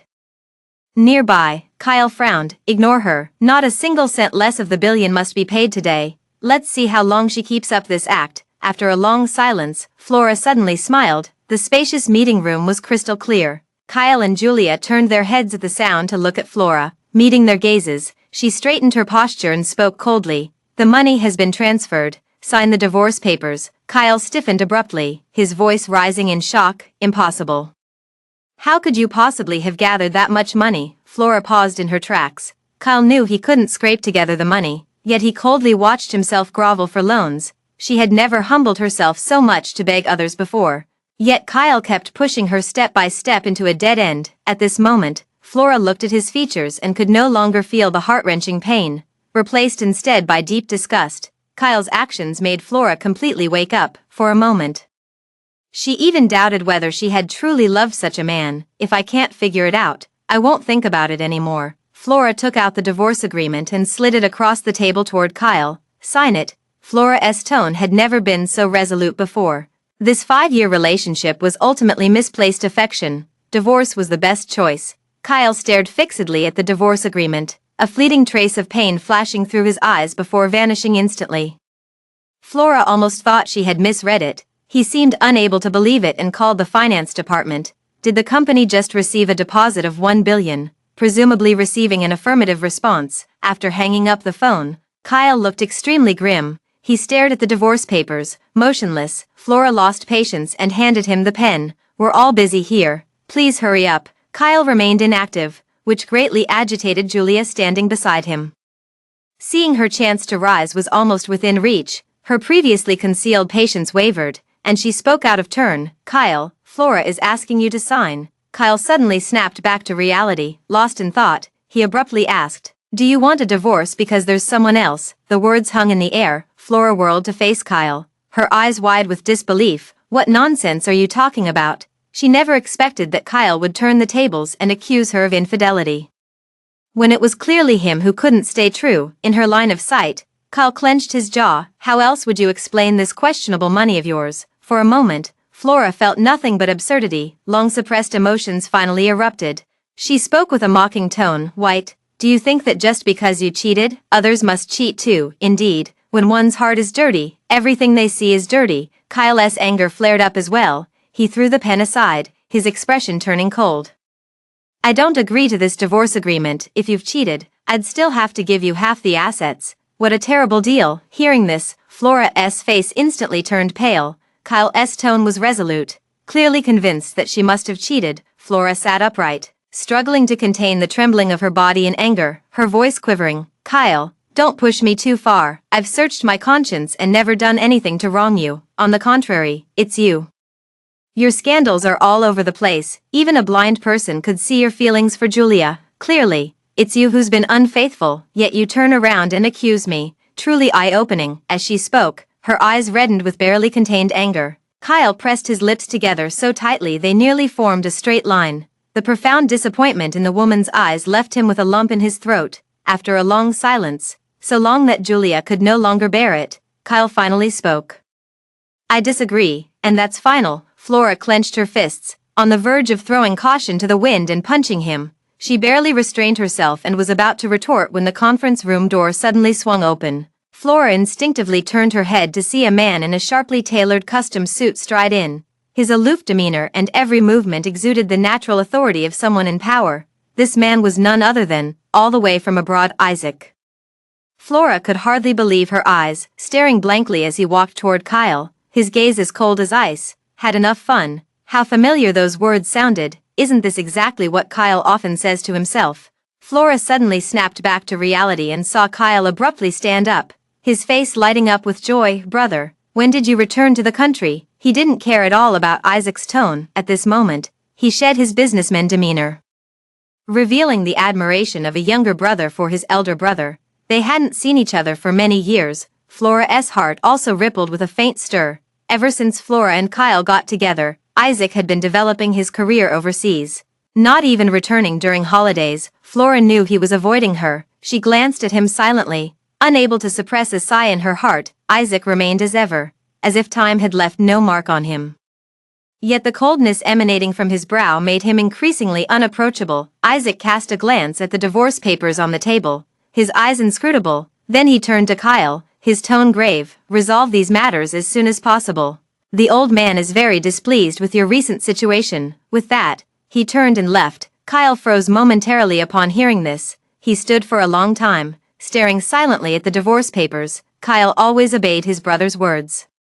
The only time he defied him was when he married Flora. This time, Isaac had spoken, so he probably wouldn't cause any more trouble. Flora stared intently, afraid he might change his mind again, and added fuel to the fire. Why haven't you signed it yet? Having second thoughts, Kyle glared at her angrily upon hearing this, then picked up the pen and signed his name in the next moment. Flora let out a sigh of relief. Julia also sighed in relief. Only Kyle remained, staring blankly at the paper. Lost in thought, that same day, the two went to the civil affairs office. Some fans recognized them and immediately gathered around, asking, "Are you really getting divorced, Kyle? Did you cheat?" Kyle frowned, casting a cold glance at the approaching crowd, his already troubled mood growing increasingly agitated. Soon, the crowd was dispersed by security. The two successfully divorced. As soon as they stepped out of the Civil Affairs Bureau, they were surrounded by a group of reporters again. Kyle, is it true that you split your assets equally? Flora, was your divorce really because of Julia? Flora ignored the question and got into Elsa's waiting car, driving away, silent all the way. Without looking back, Kyle stood in place, watching her retreating figure as a belated regret surged in his heart. At that moment, a reporter pushed a microphone forward to Kyle. Will you marry Julia? Kyle withdrew his gaze, glanced at the reporter, and spoke heavily. No, I have no relationship with her. With that said, he left. The day's trending topics exploded once again. Celebrity singer Kyle and film queen Flora confirm divorce. Kyle publicly responds, will not marry Julia. The internet is abuzz with excitement. Flora, but she has no interest in paying attention. She's busy preparing to open her own studio. Running around in circles, following this trending topic, Flora successfully registered her studio and posted a Twitter update. Hello everyone. Flora Studio is officially launched. See you there. The comment section is filled with Flora's fans celebrating with cheers. Congratulations, Flora has finally left the scumbag behind to focus on her career. Sister shines alone. Scumbag stay away. Flora, you can do it. Go for it. Flora was moved to tears as she read the flood of comforting and encouraging comments from her fans. Elsa smiled warmly and said, without Kyle and Julia, our comment section wouldn't be so free of hostility. Indeed, Flora joined in the laughter, and Elsa quickly moved on to work arrangements. There's a palace drama casting right now, you should give it a try. The director said you'd be perfect for the role of the cold consort. With that, he handed over a notebook. Flora was taken aback for a moment. To be honest, she hadn't expected work to come so quickly. Generally speaking, capital tends to wait and observe for a long time before offering good resources. Could it be that someone behind the scenes is? At this thought, Flora couldn't help but let out a bitter smile. They had broken up so many years ago, Isaac probably wouldn't interfere in her affairs anymore. Suppressing this thought, Flora took the script and couldn't stop reading once she started. Looking up again, Flora's eyes were bright. This is truly a great script, Elsa. When can we do the audition? Tomorrow. Elsa paused, still not telling her that the role had already been internally assigned to Flora. Otherwise, if she knew Isaac had joined the production with investment, she probably wouldn't go. Flora was completely unaware. Upon hearing Elsa's answer, her expression turned somewhat hesitant. She originally planned to meet Isaac tomorrow to repay the money. Since he transferred from an overseas account, Flora wasn't sure if he could receive it and intended to give it in person. On second thought, she decided to arrange the meeting a bit later. Work waits for no one. The next day, Flora met Isaac, who had mentioned repaying the money the day before. He sat at the head of the table, frowning in silence, but the aura around him was so intense that it made people unconsciously hold their breath. The director nearby cautiously offered a flattering smile. "Mr. Liu, are you tired? Would you like to take a break?" Isaac frowned and ignored him. Instead, he looked at Flora standing in the center and uttered the first words of the day. "Let's begin." Flora met his gaze and instinctively flinched away. Then, realizing it was an audition, she looked back directly. Kyle gave an almost imperceptible flicker of his eyes. Flora performed this scene, which depicts the cold consort confronting the emperor about his fading affection. This scene perfectly aligns with Flora's recent state of mind. She stood in place, her expression shifting as her eyes filled with an indescribable sorrow.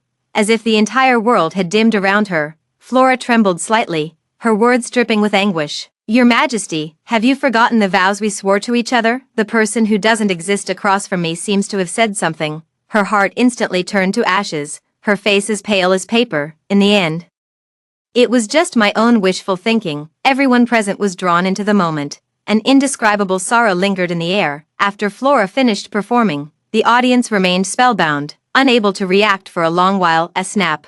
Isaac was the first to applaud, snapping everyone else out of their daze as they praised. Truly worthy of being an Oscar winner. Her acting is unparalleled. Flora still had lingering sorrow in her eyes, clearly not yet out of character. Hearing the applause, she finally snapped back to reality, brushing the corner of her eye with a smile. The director gave an approving shout and immediately decided that the chosen one was Flora. Flora completely let go of her worries. She stepped out and met Elsa's inquiring gaze.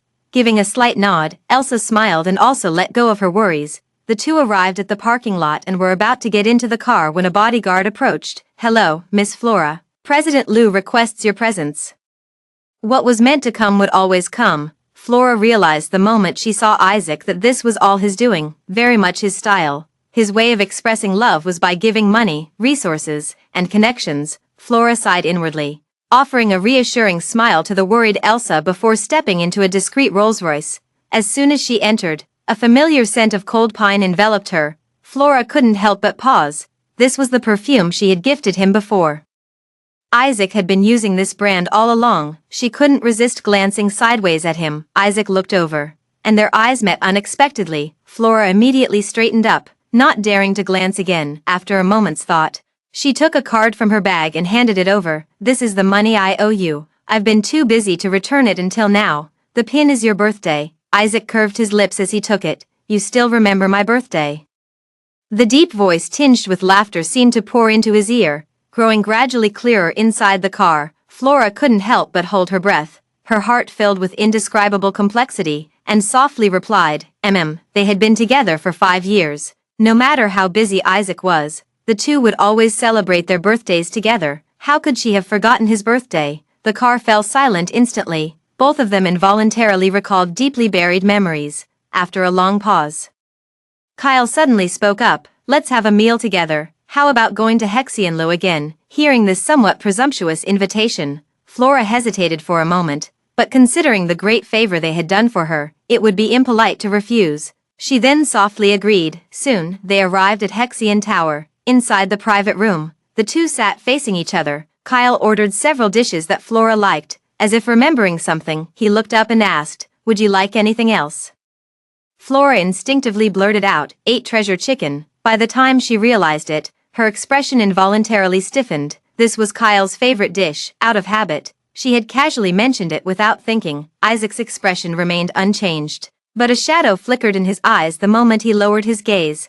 After all the dishes were served, Isaac rolled up his sleeves, revealing his strong arms as he ladled a bowl of soup, then placed it steadily in front of Flora. This is Flora's habit. Actors need to control their weight, and drinking soup before meals can help manage their diet.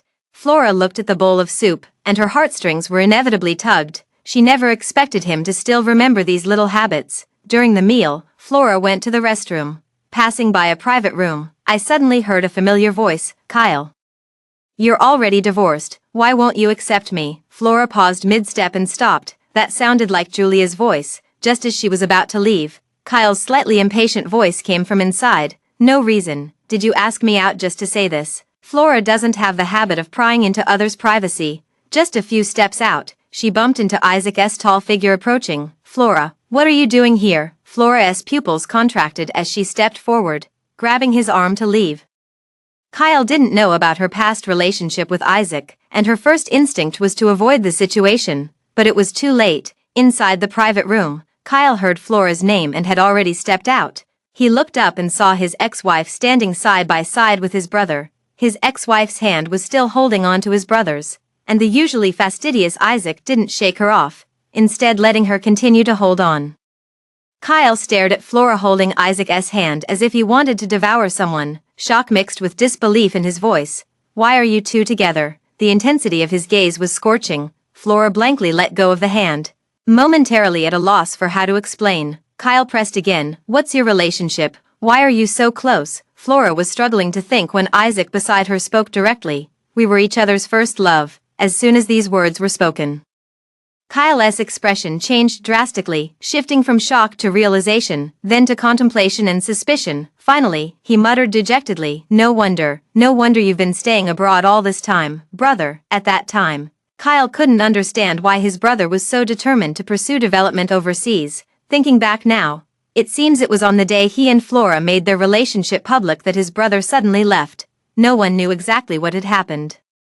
Upon suddenly hearing this news, Kyle was hit with an overwhelming impact. He took a long time to recover, while Julia, who had followed him, was only briefly surprised before falling silent. Flora stood there, looking somewhat awkward, and turned to Isaac beside her to announce her departure. "I'm leaving now, the bill is settled." With that, Flora left without looking back. Several days passed like this. Life was peaceful, and occasionally cooking out of leisure became Flora's good way to pass the time. Everything else was left to Elsa. That day, as she returned from grocery shopping, she saw Kyle standing firmly at the doorway. Flora halted in her tracks. Kyle turned at the sound, their gazes meeting, both recognizing the complexity in each other's eyes. After a long pause, he finally spoke in a hoarse voice. "When did you get together with my brother?" Flora frowned, not understanding his meaning.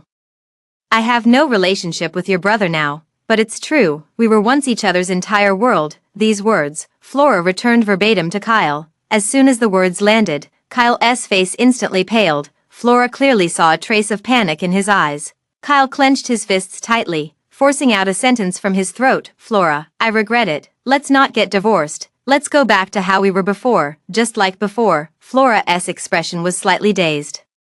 Then a hint of mockery appeared on her coldly beautiful face. She raised her head, staring intently into his eyes, speaking earnestly yet wearily. "Kyle, we can't go back." Kyle blocked the doorway. Flora finished speaking and prepared to step past him to enter, but he grabbed her hand, Flora stopping her abruptly. She could still hear him continuing to say Flora didn't want to hear. "Flora, did you divorce me because you knew my brother was coming back? Are you still unable to forget him?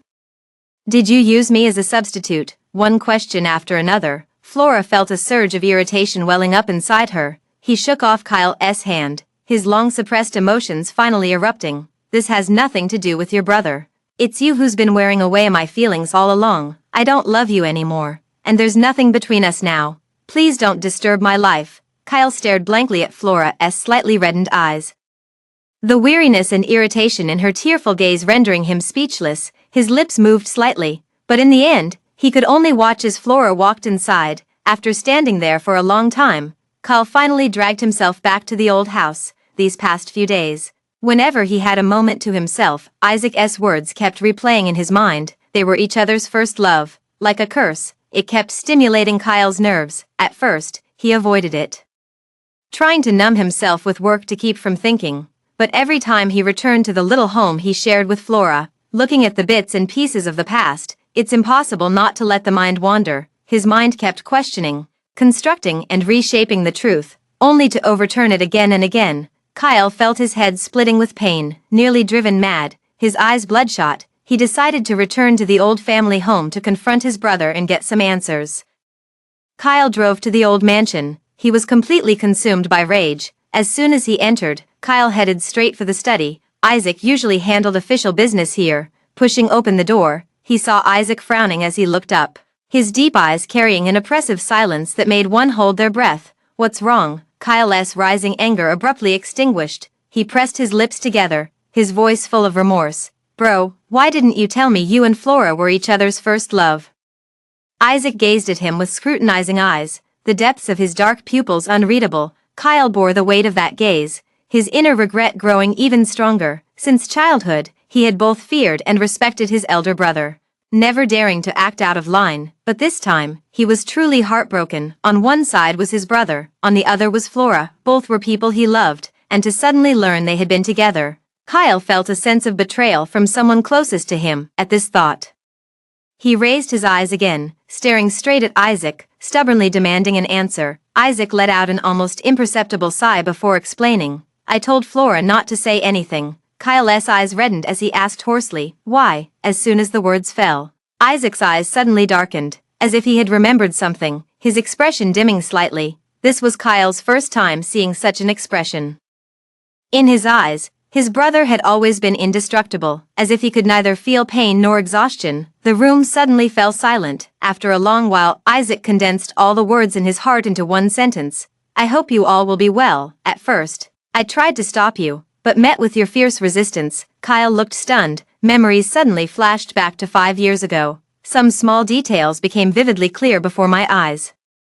That was Kyle's first time bringing Flora to meet the family. Their parents passed away young, and the two were raised single-handedly by their grandfather. As the eldest brother stands in for the father, Kyle naturally sought his family's approval upon finding the love of his life. Upon entering, Flora froze in place the moment she saw Isaac. For the next 10 seconds, the two of them simply stared at each other. At that moment, Kyle thought his brother's disapproval and sharp gaze had frightened Flora. Looking back now, it was clearly a meeting between ex-partners, with both sides harboring complex emotions. Only I was immersed in a false sense of happiness. Kyle's expression grew increasingly gloomy as he couldn't help but question Flora. "Flora, do you really love me? Could it be that you're just seeing me as a substitute for you?" Though he voiced his doubts, deep down he was hoping for a denial.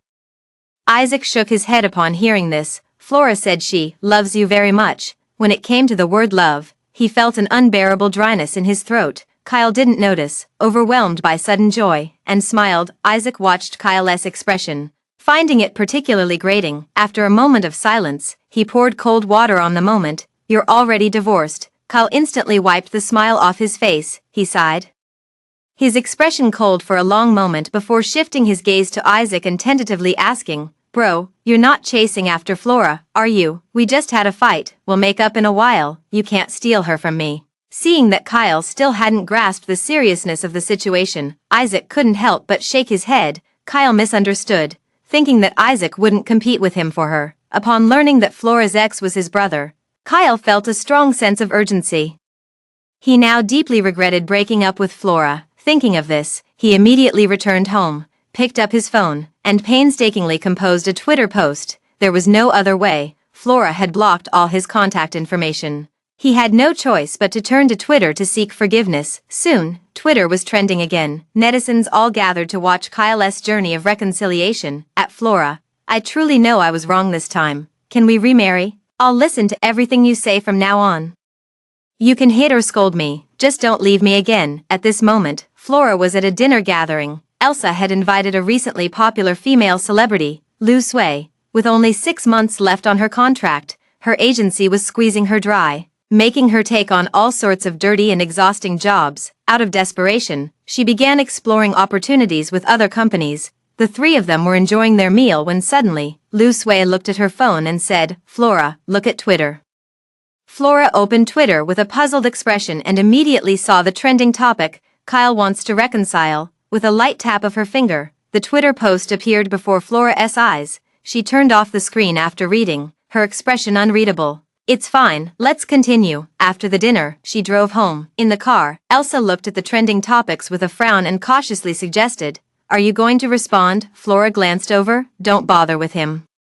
He'll be fine once he's done making a fuss." At that very moment, a phone call came in. Flora stared at the screen displaying the call from the director of The Tale of Liang Yu, hesitated for a moment, and then answered the phone. "Flora, The Tale of Liang Yu is about to start filming. Are you still willing to take the lead role?" Hearing the other party's seemingly whimsical change of actors, Flora couldn't help but feel speechless. She knew immediately it was Kyle's doing. She sighed deeply and said solemnly, "No need, Director Ho." Just as she began to voice her refusal, there was a commotion on the other end, and Kyle's voice could faintly be heard. Knowing Kyle was nearby, Flora refused even more decisively. "I won't be acting in this drama anymore. Please find someone else." There was a rustling sound from the phone, followed by Kyle's voice saying, "Flora, didn't you always want to act in this drama?" Flora's eyelashes fluttered for a long moment. The corners of her lips curled into a mocking smile as she spoke in a lukewarm tone. "Kyle, I don't want to act in it now, and don't always act like you're doing me a favor with this role. I'm not short of scripts. Moreover, with such an irresponsible investor, the future of this drama looks bleak." This thought, Flora kept to herself and didn't voice it out. A heavy breath came from the other end of the phone. Kyle remained silent for a long time, just as Flora was about to hang up. Kyle let out a hoarse plea. "Flora, what will it take for you to forgive me?" "Forgive?" Hearing these words, Flora almost laughed in anger. Can a casual forgive him really cover up all those painful wounds? Her lips turned cold as she spoke indifferently. "I forgive you. From now on, we owe each other nothing, and don't disturb my life again." With that said, Flora hung up the call without waiting for his response. Looking up, she met the curious gazes of the other two. But both tacitly avoided mentioning it and continued discussing the contract topic from earlier. Soon, the opening ceremony for The Legend of Minhua was held. At the same time, The Legend of Liang Yu also announced its commencement. Kyle seemed to be competing, as he announced his project's start right after the other side did. After completing the rituals of paying respects to the four directions and burning incense, it was time for the media QA session.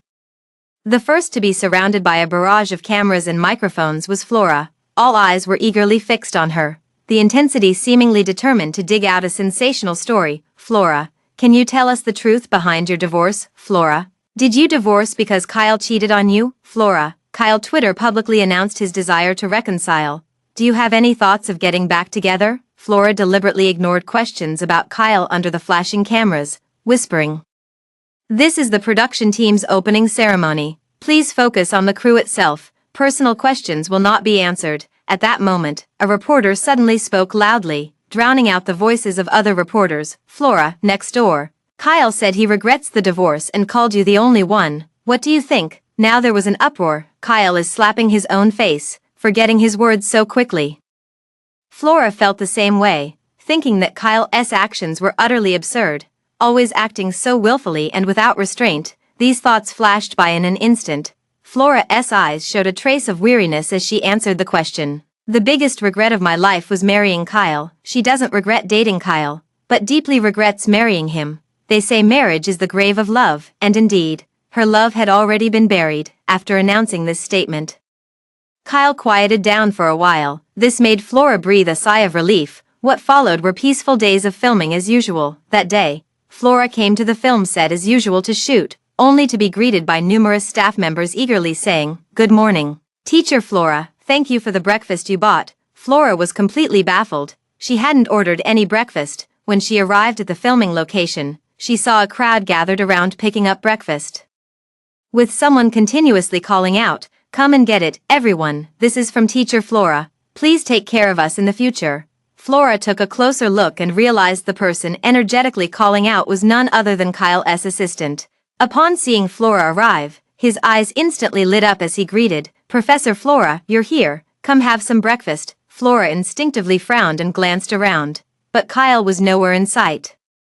She let out a sigh of relief and stepped forward to ask, "Kyle sent you?" The assistant forced a smile. "Yes, he was afraid you'd get angry, so he didn't come." Flora pressed her lips together. She didn't want to make things difficult for the assistant, but she really couldn't let it go unmentioned. Kyle always thought he had her figured out. She had already made it clear their relationship was over, but it was as if he couldn't hear it at this thought.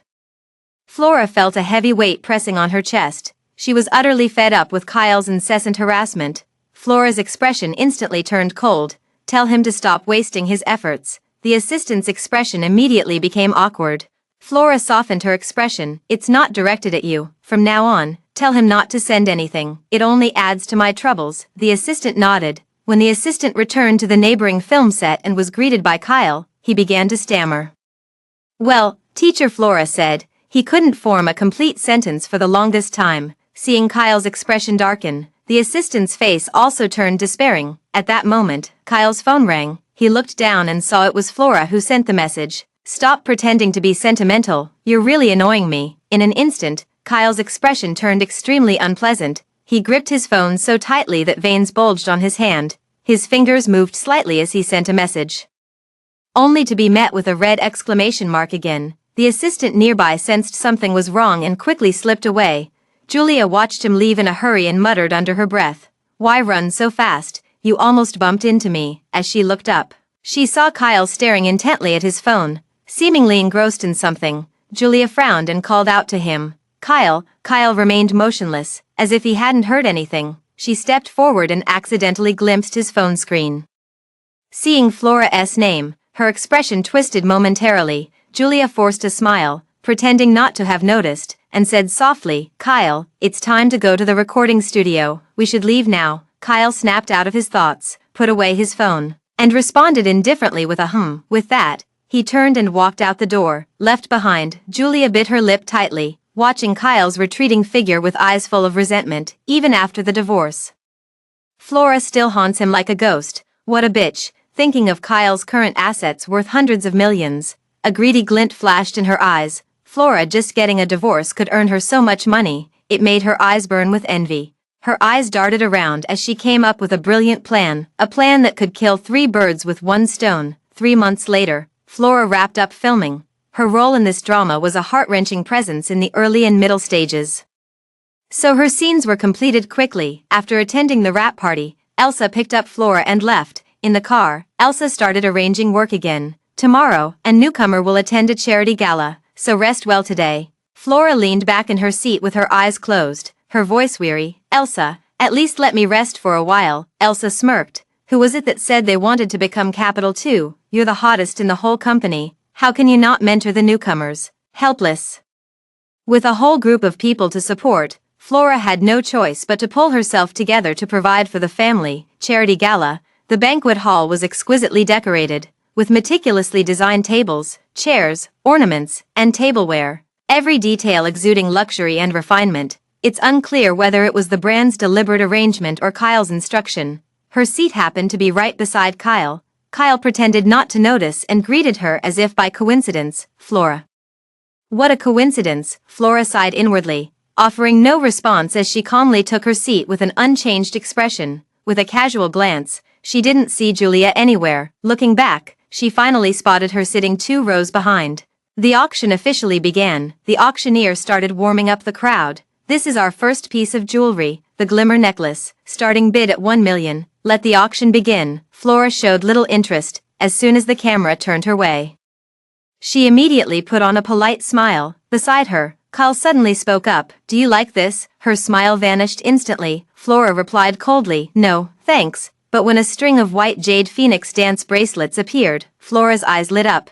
Exquisitely carved with lifelike phoenixes, it appears extraordinarily luxurious under the dazzling lights. Flora has a particular fondness for jade. Upon hearing the starting price of 2 million, she immediately raised her paddle to 1 million.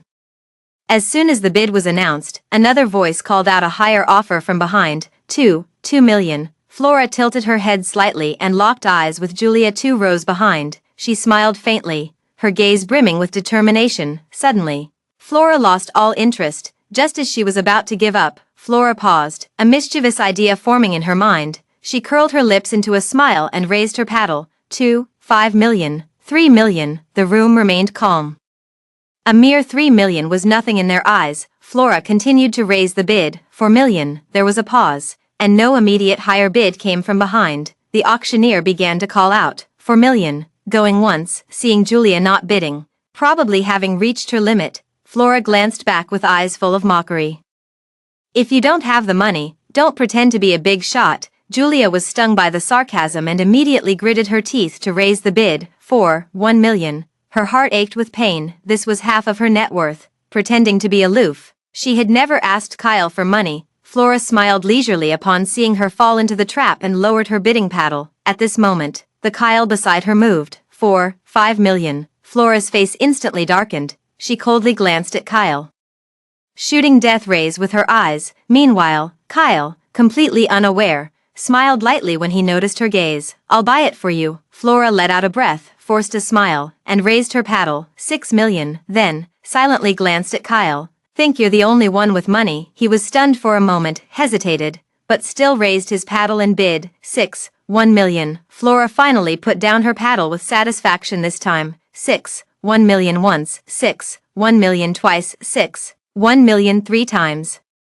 Congratulations to Galaxy Entertainment's President Kyle, President Lou, for successfully bidding on the White Jade Phoenix dance bracelet. Having tricked someone, Flora smiled with satisfaction. Anyway, now that they're divorced, it's not her money to feel sorry for. The auctioneer began introducing the next piece of jewelry. Kyle leaned in again and whispered, "Do you like this one?" He leaned in so close that Flora felt uncomfortable. In the past, such intimate proximity wouldn't have made Flora feel the slightest bit uneasy. "I'm afraid I don't love you anymore. My mindset has changed." Flora actually felt a hint of disgust. She shifted her body slightly, moving closer to the side.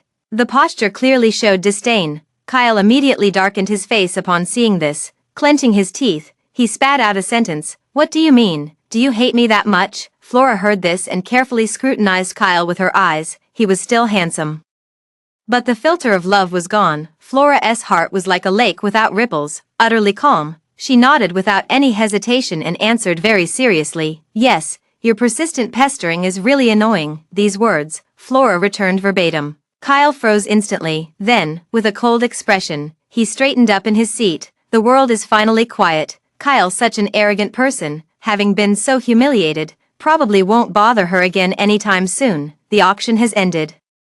Flora acquired another necklace and left immediately after it ended. She didn't notice Kyle's expression of wanting to keep her. Kyle tightened his grip on the jewelry box, watching her retreating figure with an unreadable expression. Julia leaned closer. Kyle snapped back to reality and thrust the jewelry into her arms, his tone impatient. "It's yours." Julia ignored his attitude, a flash of delight crossing her eyes as she spoke softly. "Thank you, I love it."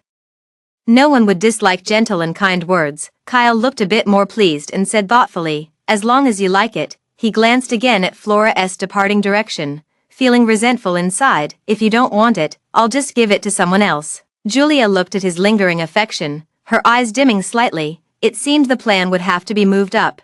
As long as Flora was tainted, Kyle would no longer be unable to forget her. Right, that day, Flora received a call from the assistant director of The Legend of Minhwa. "Flora, there's one more scene we need to reshoot. Could you come over later if you're free?" Flora frowned. "So urgent?" The person on the other end sighed. "Yes, please come as soon as possible." Flora felt something was off, but thinking it was work, she agreed anyway. There hasn't been any work recently, Flora, so she let all the assistants go home to rest.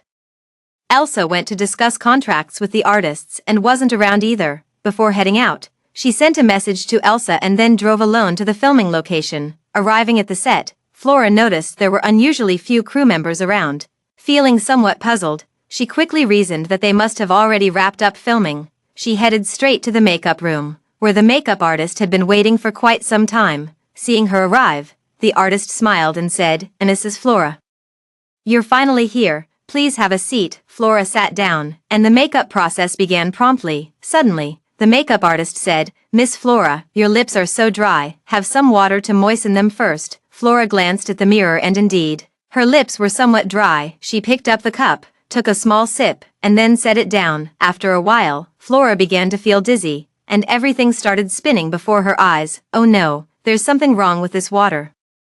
The thought had barely formed when her vision went black, and she fainted straight away. On the other side, Elsa was in the private room bonding with the performers when she saw Flora's message, initially dismissing it as unimportant, that is, until she went to the restroom. I looked up and ran into the director of The Legend of Miue. She asked with some confusion, "Director who? Weren't you supposed to be reshooting with Flora today? Why are you here?"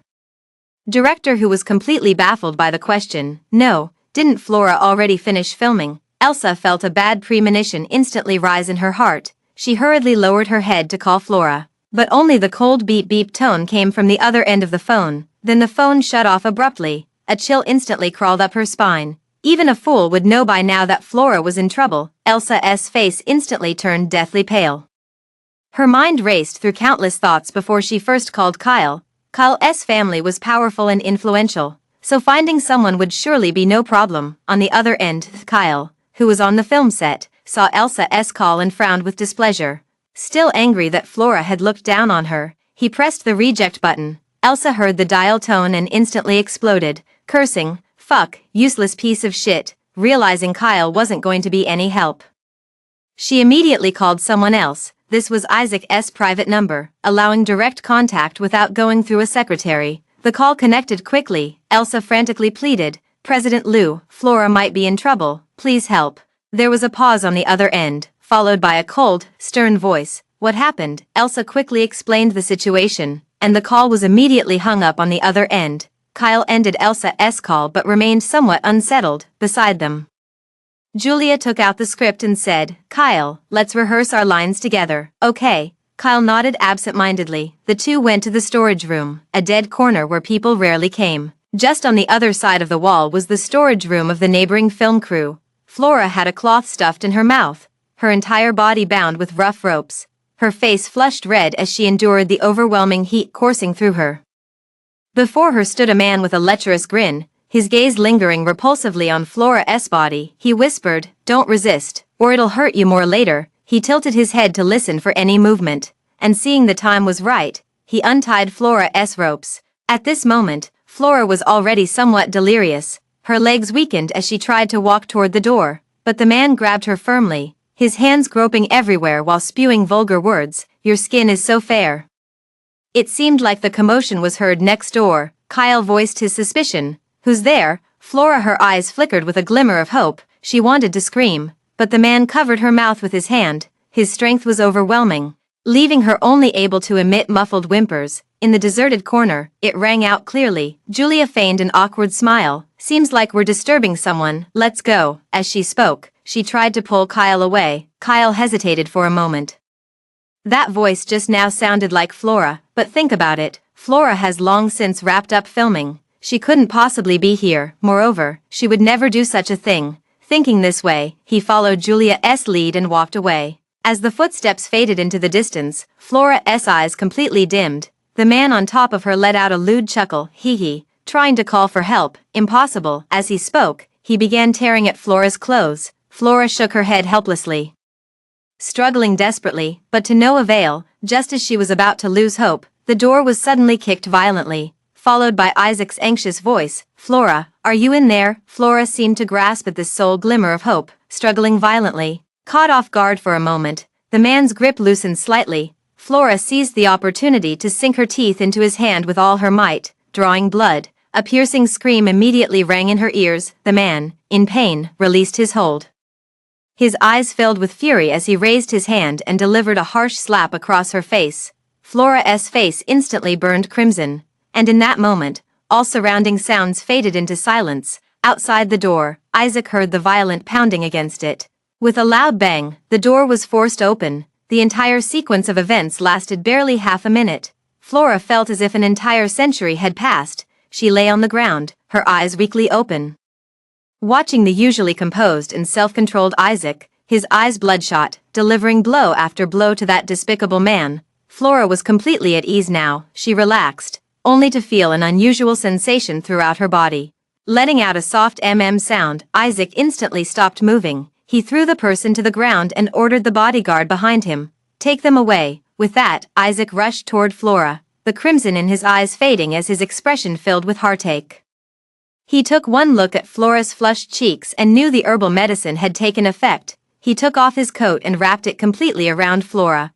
Only when her face was completely hidden from view did Isaac pick her up and stride out with long steps. The understated yet luxurious Rolls-Royce sped swiftly along the road. Flora was tightly wrapped in Isaac's embrace. Perhaps feeling too hot, she kept struggling. Isaac whispered soothingly, "It's okay. I've contacted a private doctor. They'll be here soon." The next moment, Flora broke free from the restraint and bonelessly clung to Kyle's body. Isaac froze completely. The scorching heat crept up his neck, gradually flushing from his collarbones across his entire nape. The driver ahead, noticing this, silently raised the partition. Isaac could no longer care. At this moment, he was already being Flora pinned down and teased. When he carried Flora out of the car, several buttons on his collar had already been torn open, revealing his toned and powerful abs. After much effort, he finally managed to lay her on the bed. Flora remained restless, her limbs flailing as she tried to cling to his body. Isaac pressed down on her wrists, his voice hoarse and low as he asked, "Flora, do you know who I am?" Flora half closed her eyes, her face showing a look of confusion upon hearing the question. Isaac darkened his gaze. Just as he was about to leave, he heard Flora murmur, "Isaac, are you abandoning me?" In an instant, with a boom, reason was completely swallowed up. Isaac gave a bitter smile. "Flora, don't blame me." The words faded on his lips. The room was instantly filled with a dazzling radiance. A long time passed. Isaac carried the person out and moved to another room, where the long-awaited private doctor entered without glancing sideways. After a thorough examination, the conclusion was reached: there's some congestion in the cheeks and eardrums. Medication is needed, and it'll heal within a week. During the examination, Isaac kept staring intently. Doctors walk on thin ice. Seeing Isaac nod, the doctor finally wiped his sweat and went out to prescribe medicine. The room instantly fell silent. Isaac sat by the bedside, tightly holding Flora's hand, staring intently at Flora. After a long while, Isaac's puzzled voice finally broke the silence.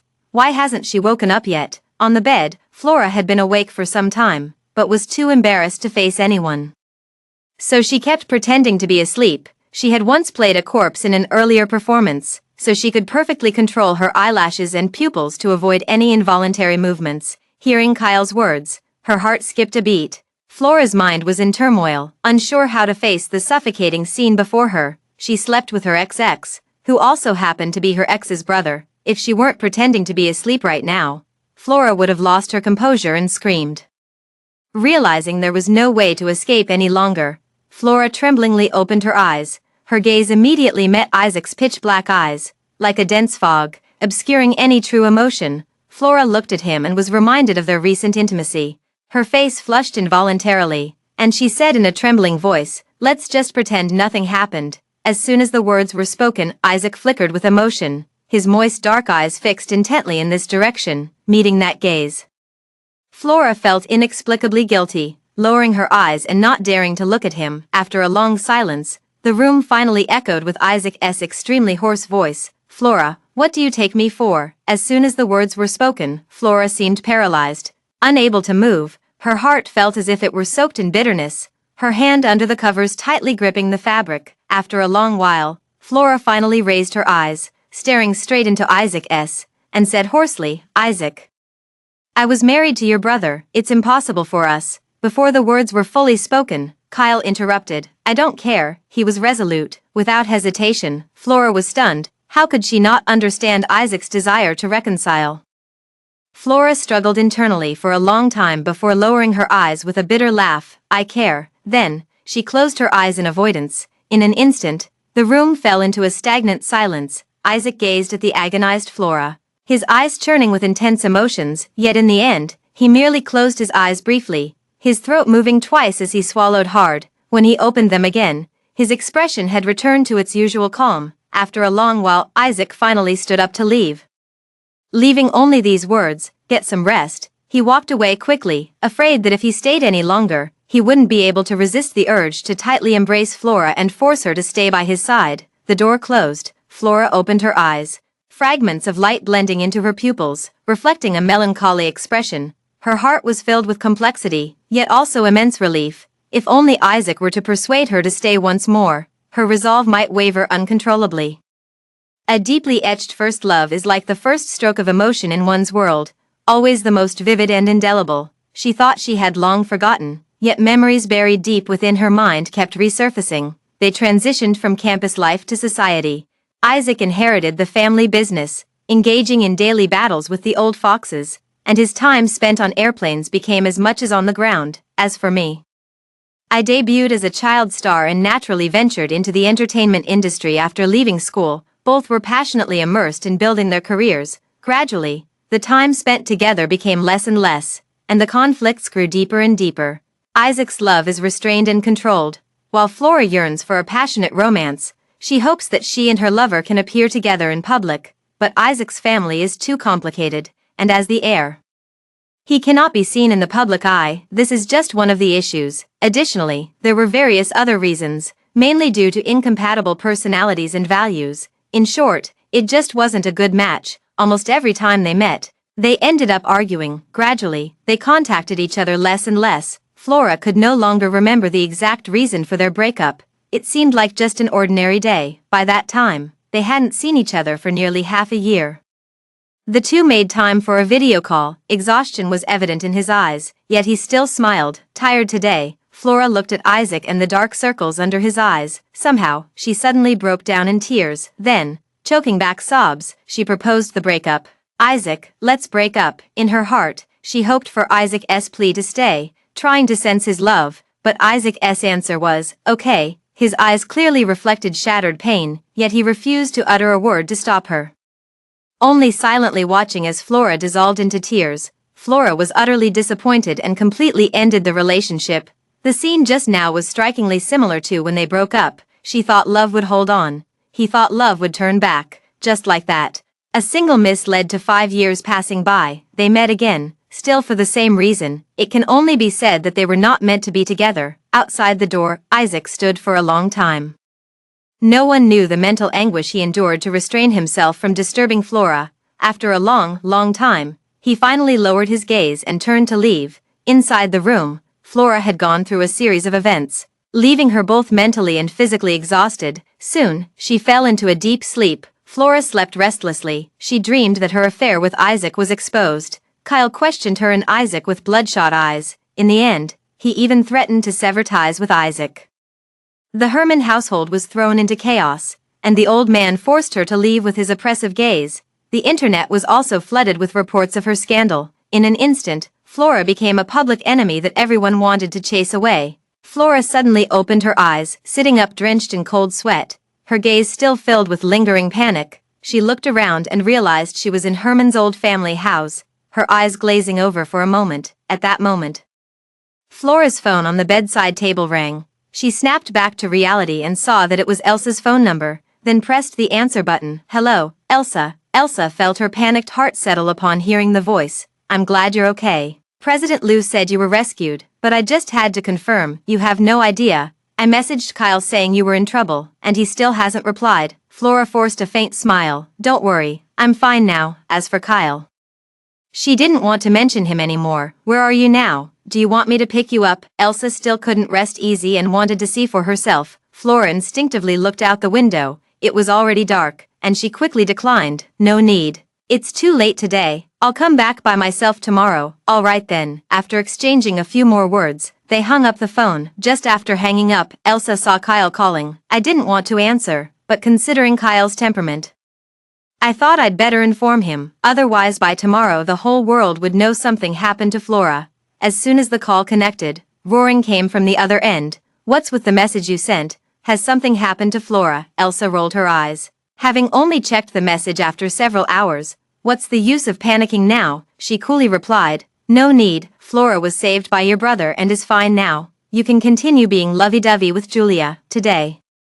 The media caught them spending time alone together again. With that, she immediately hung up the phone. On the other end, Kyle calmed down upon hearing this. He felt relieved that Flora was safe, yet deeply worried whether Flora was injured or scared. At this thought, Kyle's first instinct was to drive back to the old mansion. It had medical equipment and doctors on call, and was private. Isaac would surely bring Flora here, soon. Kyle hurriedly arrived at the old mansion. The vast old mansion was completely dark, with only 2 rooms illuminated. One was Isaac's study, and the other was a guest room on the second floor. Kyle's eyes suddenly lit up. Knowing the guest room must be where Flora was sleeping, he took the key and walked in. And the next moment, the lights in the old house's living room suddenly turned on. Kyle headed straight for the guest room on the second floor. Too hurried to even remember to turn on the hallway lights, he reached the door. Took a deep breath, and then knocked. The door opened, and the warm light from inside spilled out. Flora stood at the doorway in her sleepwear, backlit, her expression slightly dazed. Kyle was about to smile and ask if she was okay when his gaze suddenly froze. His mind going blank in an instant, he saw that Flora's fair skin was dotted with red marks, trailing from her neck downward and disappearing beneath her collar. Kyle couldn't believe what he was seeing. His eyes were bloodshot as he gripped Flora's shoulders, his voice hoarse with disbelief. "Who did you sleep with?" Flora had never seen Kyle like this before, her shoulders pinned tightly. Flora felt fear surge and instinctively struggled. "Let me go, you're hurting me." The commotion drew Isaac from his study. Seeing Kyle losing control, he frowned and pulled Kyle away. "What are you doing?" Isaac's questioning made Kyle shift his gaze toward him. And when he saw Isaac's neck marked with nail imprints, what else was there for him to not understand? This scene deeply shocked Kyle. He suddenly laughed, his voice hoarse with despair. "One is my wife, the other is my brother. How could you betray me like this?" The wording was quite blunt. Flora had initially felt a bit guilty, but upon hearing this, her anger flared up. "What do you mean by that? We're already divorced. Who I'm with is none of your business." Kyle heard this and clenched his fists at his sides. He turned his head, glaring fiercely into Flora's eyes. "So you can just throw all decency out the window? Are you seducing my brother just to get another divorce settlement? You," with a sharp smack. Flora paled and slapped Kyle hard across the face. Kyle felt his cheek burn, but it was nothing compared to the wrenching pain in his heart. His expression turned icy as Flora sobbed. "When I was kidnapped and drugged, where were you?" "Just a wall away, cozying up with Julia. Elsa called and messaged you, but you ignored it all. Doesn't that mean my life or death meant nothing to you? What right do you have to question me about my affairs? Who are you to meddle in my business?" Kyle, the cold expression faded from his face, replaced by a look of confusion as he froze in place. The voice in the film crew was indeed Flora. He thought he had misheard. For a moment, he didn't know how to react.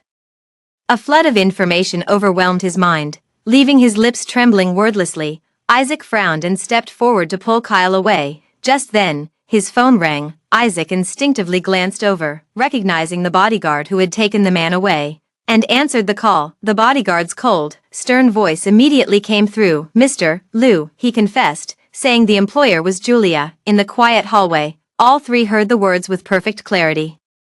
Flora immediately understood upon hearing this. Julia must have wanted to eliminate herself because of Kyle. As lingering fear and rage fermented, reaching their peak, Flora lashed out at Kyle. "This is all the trouble you've brought upon me." Kyle's expression shifted repeatedly as he instinctively denied. "Impossible, Julia wouldn't do such a thing." With those words, Flora's heart completely died. She had no hope left for Kyle. In fact, there was even a sense of "I knew it would come to this" in her heart. Flora turned her gaze to Isaac, staring at him unblinkingly, trying to find any flaws in him. Isaac pressed his lips together and met Flora's gaze firmly. "Do you want to call the police or handle it my way?" Flora asked him. "What is your way?" "Ruin and disgrace, a fate worse than death." These 8 words helped Flora steady her mind. After a moment of contemplation, she replied, "Let's call the police."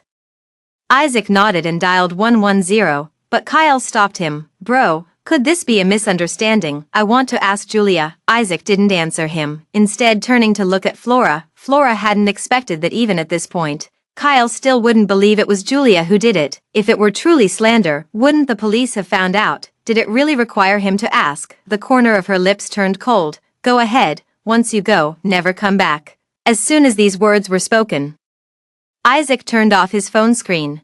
Kyle cast one last deep glance at Flora before turning and walking away. Flora watched his figure disappear around the staircase corner, her expression icy, with no trace of the past affection left in her eyes. Isaac took in all of this silently. His gaze fell upon Flora's extremely cold expression, his heart aching unbearably. Kyle's love was passionate, something he lacked in what Flora desired. He thought that by letting go, Flora would get what she wanted and live happily, yet he never imagined that in places beyond his sight, she was suffering so deeply. At this moment, Isaac deeply regretted letting go of Flora's hand. Now, Flora was right before his eyes. This time, he didn't want to let go again. The next day, Flora finished washing up and went downstairs, only to see Isaac making breakfast in the kitchen. The busy figure made her quite curious. Flora peeked inside and saw Kyle moving with such fluidity. As if he had done it countless times before, he turned back with a smile. "You're up, breakfast will be ready in just a moment." Flora was stunned for a second, too surprised to utter a word. "I came to say goodbye, but ended up waiting for breakfast." Soon, an exquisite Western-style breakfast appeared on the table. There were eggs fried golden on both sides, dried shrimp and cornbread slices, paired with some fruits. It looked incredibly nutritious and abundant.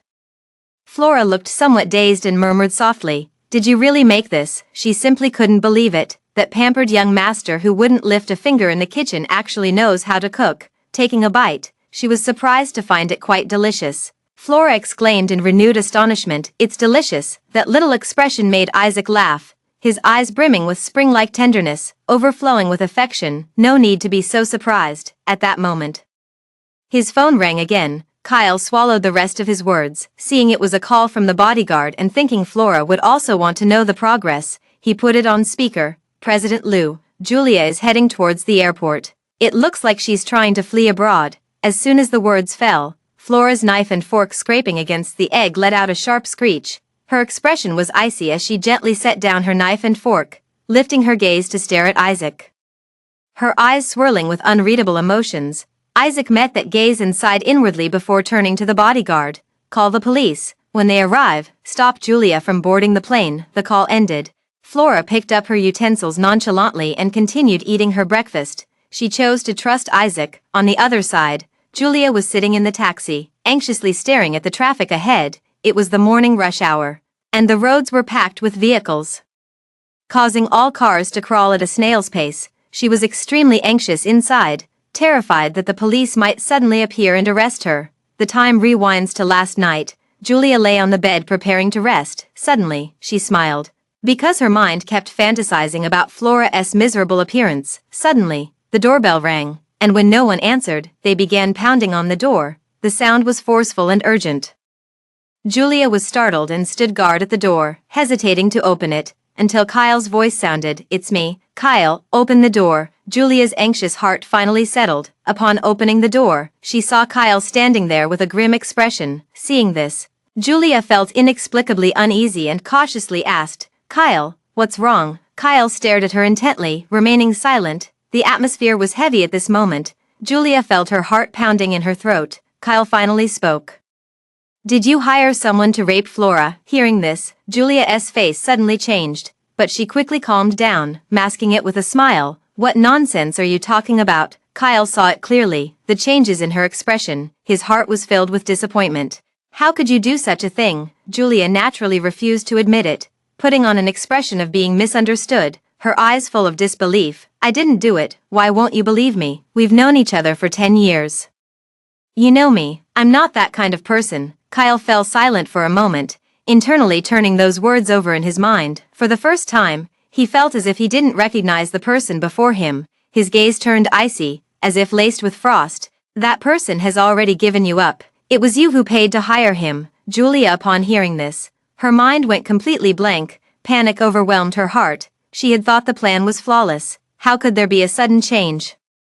The Liu Corporation monopolized most of the economic system. If they decided to silence her, it would be as easy as turning a hand. Now, the only one who could save her was Kyle. These thoughts vanished in an instant. After she finished her thoughts, her eyes instantly reddened, brimming with deep affection as she gazed straight at the man before her. Trembling as she spoke, "Everything I've done, it's all because of you." "For me?" Kyle chewed on these words carefully, then smiled with an inscrutable meaning. "You did it for me. By breaking the law and violating rules." Julia, tears welled up in her clear black and white eyes. "It's because I love you too much that I did such things. Kyle, please, let me go, okay?" Julia, after speaking, she cautiously glanced at Kyle, and seeing his expression unchanged, she couldn't help but feel a pang of panic in her heart. Lowering her eyes, she continued pitifully, "I no longer covet the position of Mrs. Liu.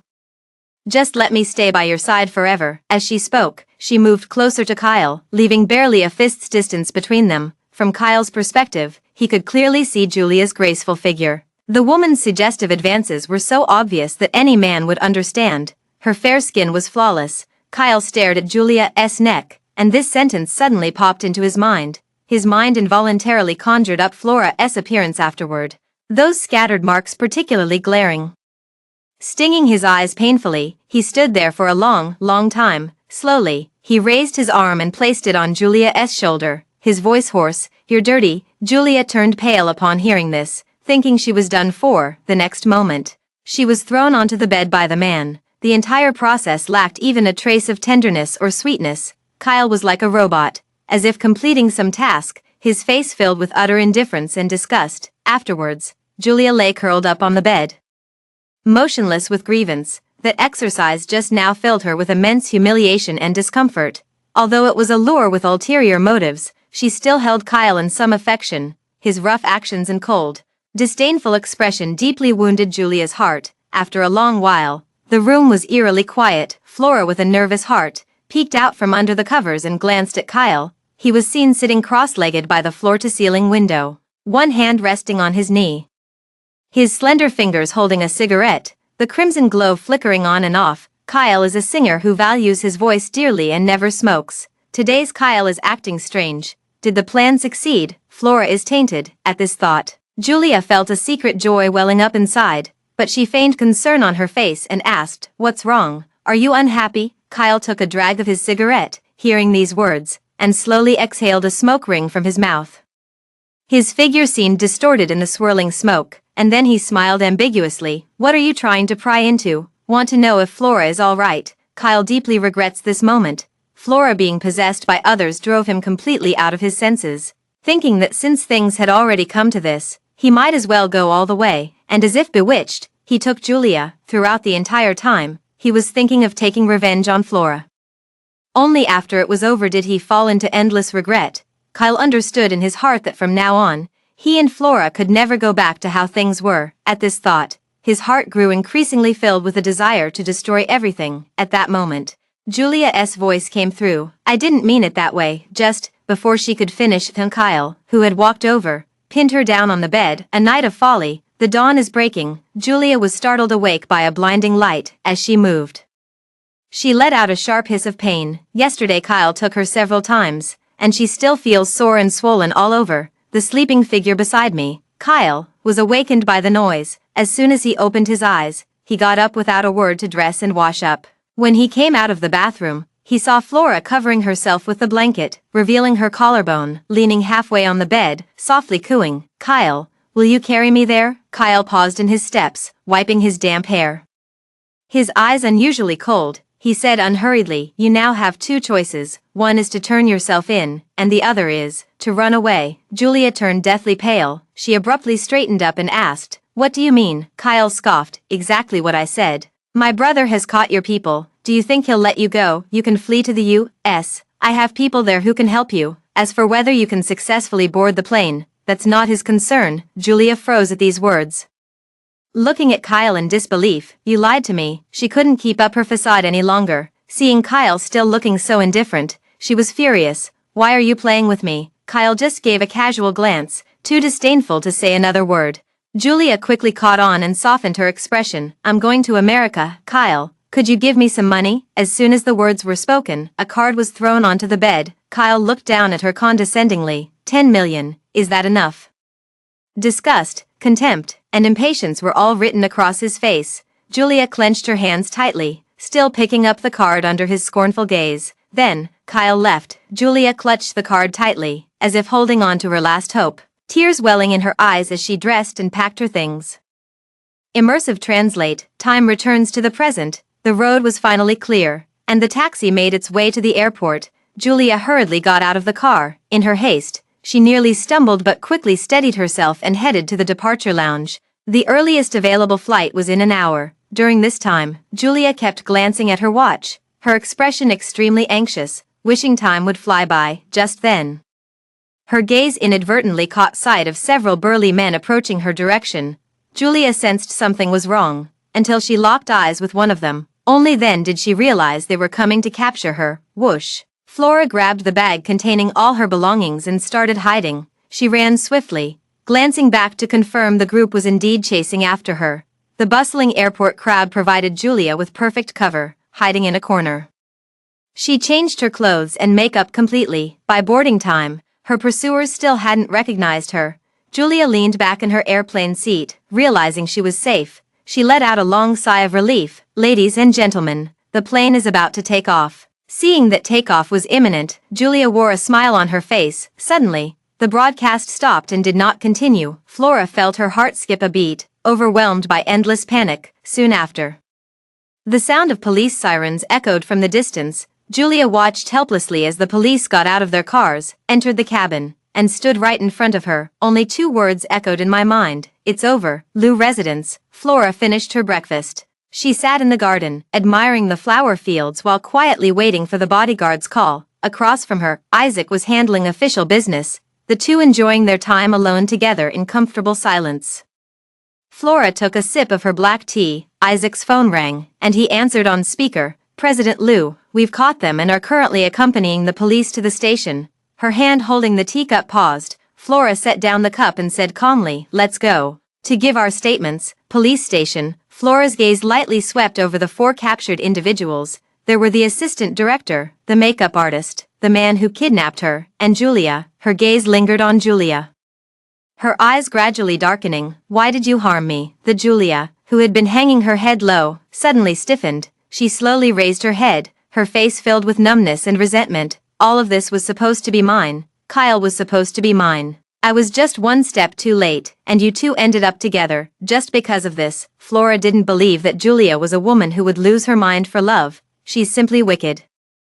Flora saw through the ugliness beneath her beautiful facade. She scoffed and turned to leave. Such people have already gotten there, just deserts. After completing the paperwork, Flora and Isaac walked out of the police station side by side. Outside, the sky was a clear blue. 3 months later, Julia's case went to trial. As revealed by an insider, the news instantly trended online. Famous actress Julia arrested. What will happen to the billion-dollar production The Tale of Liang Yu?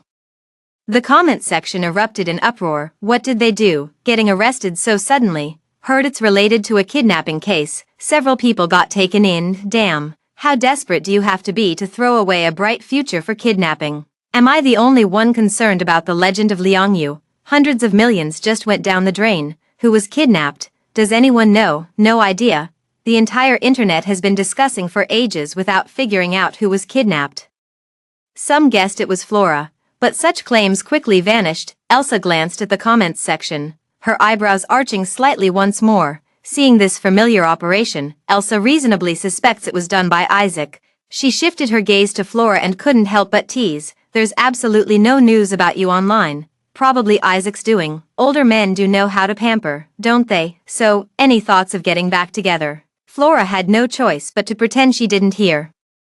Awkwardly changing the subject. Why haven't there been any jobs lately? You're not being a very responsible agent. Elsa pursed her lips and pulled out several notebooks from somewhere, spreading them on the table. Take your pick, sis has plenty here. Flora looked through them one by one and accepted a movie script, but the schedule showed it wouldn't start for another 6 months. So she turned her attention to a variety show. The title is Let's Remarry. Seeing these words, Flora frowned deeply. Why was this variety show brought up? Elsa sighed. It's all because of Kyle, sending me notebooks every day, hoping you'll attend. Flora pursed her lips. Julia 1 month before her arrest, Kyle seemed to have vanished, not attending any events, and no one knew where he went. It has only been active for the past month. I thought he had let it go, but unexpectedly, he started a new round of testing. During this period, he frequently reached out to her on Twitter without her responding. He kept calling her with different phone numbers, which annoyed her endlessly. Perhaps it's time to make him give up completely.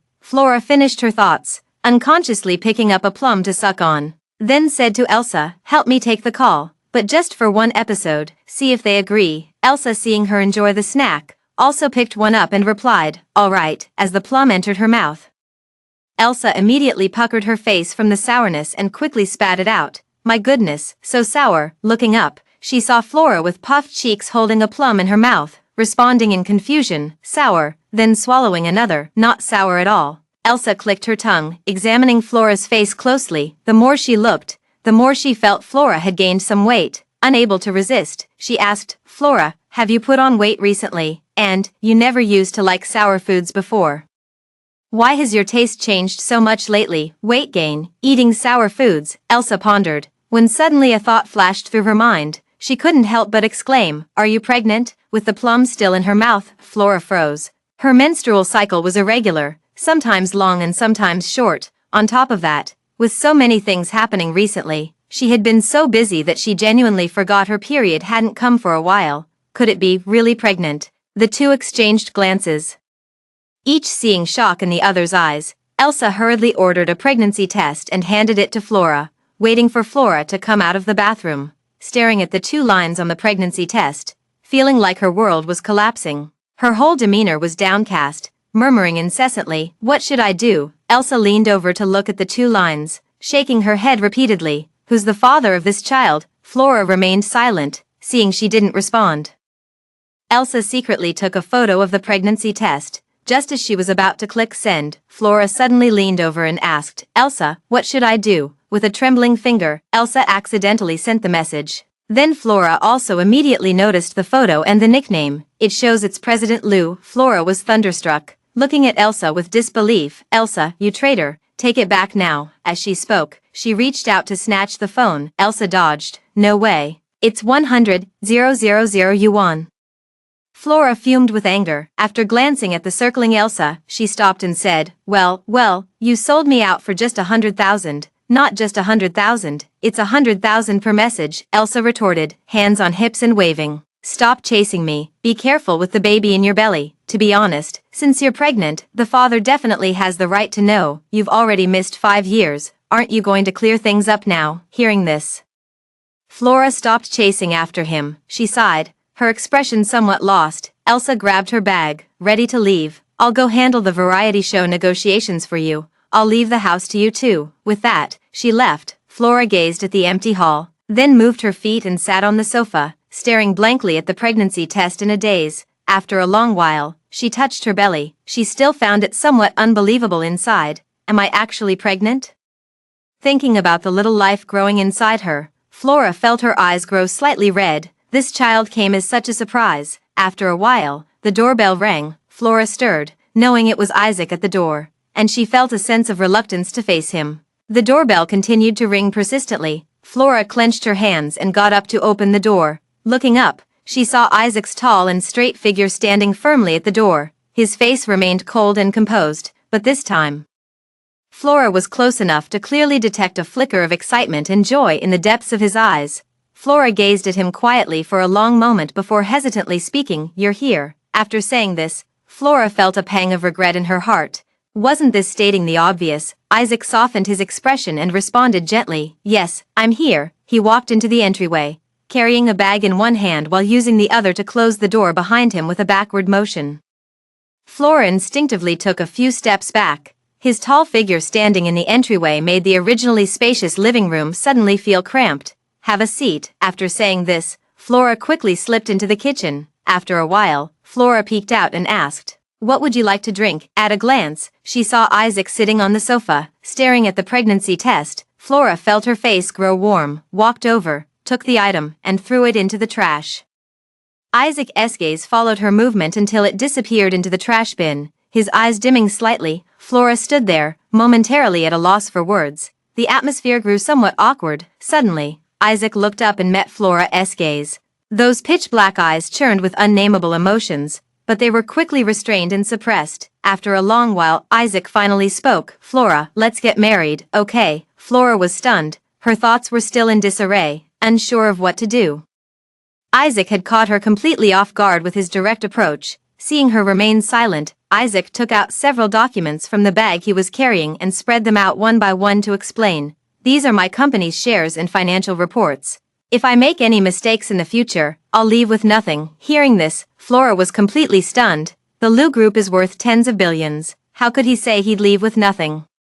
Isaac knew Flora had gone through a failed marriage before and must be averse to the idea of remarrying, so he was willing to stake his entire fortune to ease her mind. This time, he was determined to win Flora over. Flora remained silent for a long while, her thoughts circling repeatedly. In the end, she pushed the documents toward Isaac. In an instant, Isaac's entire demeanor became subdued. Rarely had Flora sensed emotions like confusion and bewilderment from him. She cleared her throat lightly to mask her amusement. Would your grandfather agree to this? Isaac straightened up. Grandfather will agree. He paused before continuing. You don't need to worry about these things. I've already taken care of everything. Flora tapped her index finger lightly on the table, pondering for a moment before speaking. Wait until I finish that variety show. If you still want to be with me after watching it, then I'll agree. Isaac pursed his lips slightly.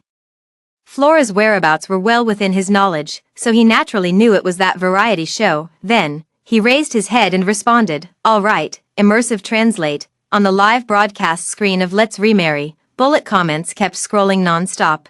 It's starting, front row. The guests this time actually include Kyle and Flora. So excited, this is gonna go viral for sure. Over the past 6 months, Kyle has been begging for reconciliation non-stop.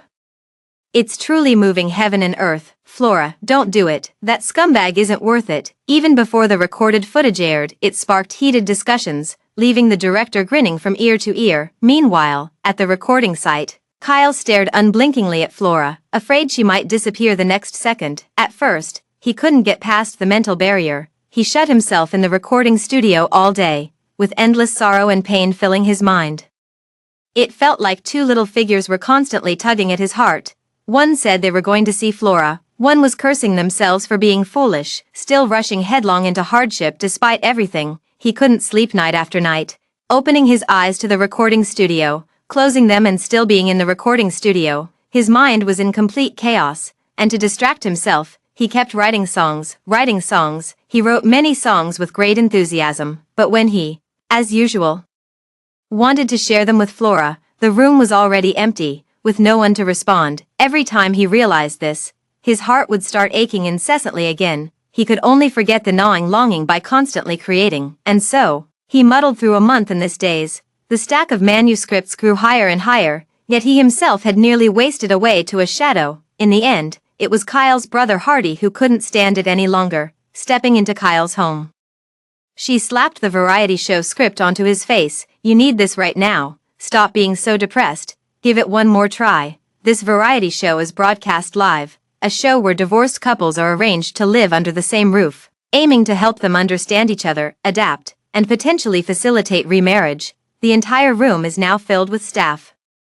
First comes the interview, then they'll be given private space to get acquainted. The director shouted, action, the live broadcast has started. The barrage is completely flooded with comments. Here we go. These two are sitting way too far apart. Flora has such an unapproachable expression on her face, so cool and fierce.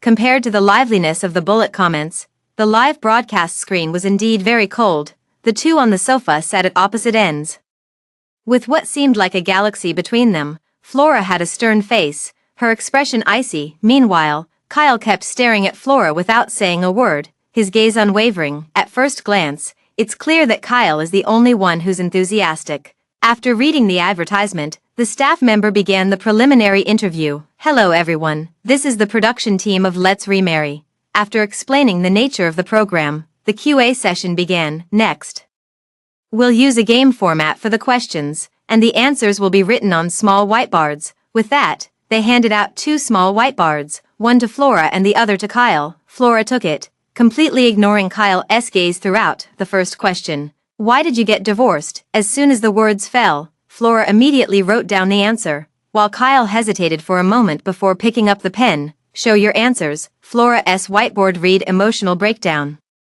While Kyle stated he made a mistake, the staff read out both answers and then asked, how do you view each other's responses? Flora was surprised by Kyle's answer, but her expression quickly turned cold. Back then, he always thought he was the one causing trouble, didn't he? It's too late for regrets now. Flora pondered for a moment before speaking first. It's just that the love is gone. The feelings are no longer there. It's not about right or wrong.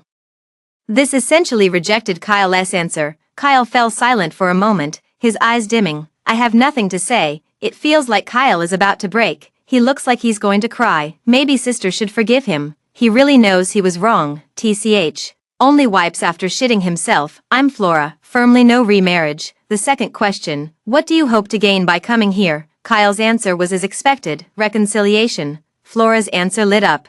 to completely sever this ill-fated relationship. The staff were all surprised. Flora seemed unusually determined. Kyle's gaze touched upon this line of text, as if scalded. His eyes abruptly shifted away, but the hand by his side was tightly clenched. The third question. Do you think coming here will lead to a successful remarriage? Flora didn't hesitate for a second before writing two big characters. No. Meanwhile, Kyle left his board blank, indicating his current uncertainty. The pre-interview concluded as staff handed over the mission card.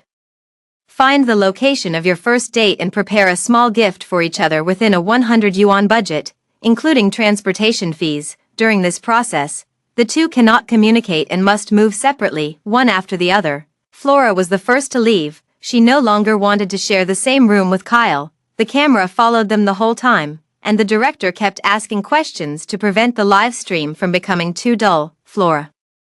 Do you remember your first date with Kyle there? Flora looked somewhat absent-minded. Memories returned to 5 years ago. If we're talking about an official date, it would be at Kyle's former company's recording studio. He wrote a song for himself and sang it to her with deep affection. At that moment, Flora was truly surprised. Kyle comes from a rock background, and he's always been loud and energetic on stage, but when singing love songs, he's completely different, quiet and heartfelt.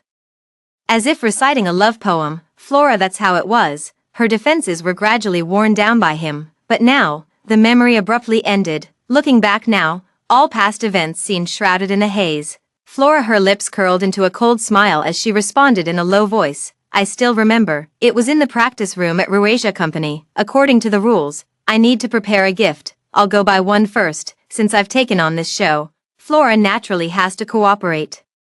Even with 1,000 reluctances in her heart, she still went to pick out a gift. As she walked, she arrived at a street paved with bluestone slabs. It seems to be selling some very delicate little things. Flora was drawn in by the sight and stepped inside.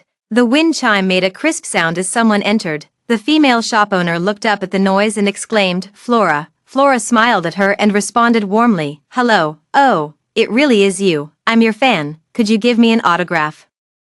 As she spoke, she hastily pulled out Flora's photo. Flora raised an eyebrow. So it really was a fan. Thought it was just polite talk. She kept smiling, signed her name, and chatted with her for a while. With a quick glance, suddenly, her gaze fixed on a small cat figurine. Flora walked over and decided to choose this one. As for Kyle liking it or not, that wasn't her concern. She liked it, and that was enough. A decorative piece cost 68 yuan, and after paying, it was just enough for a taxi ride all the way to Ruasia Company. Perhaps Kyle had given a heads up, as no one stopped them along the way. As soon as she entered the door of the karaoke room, Flora saw Kyle standing by the microphone with a guitar on his back, waiting. His eyes suddenly lit up when he saw her arrive. Flora placed the gift bag aside without greeting him. Kyle didn't mind either, declaring earnestly into the microphone, Flora, we've been in love for 2 years and married for 3.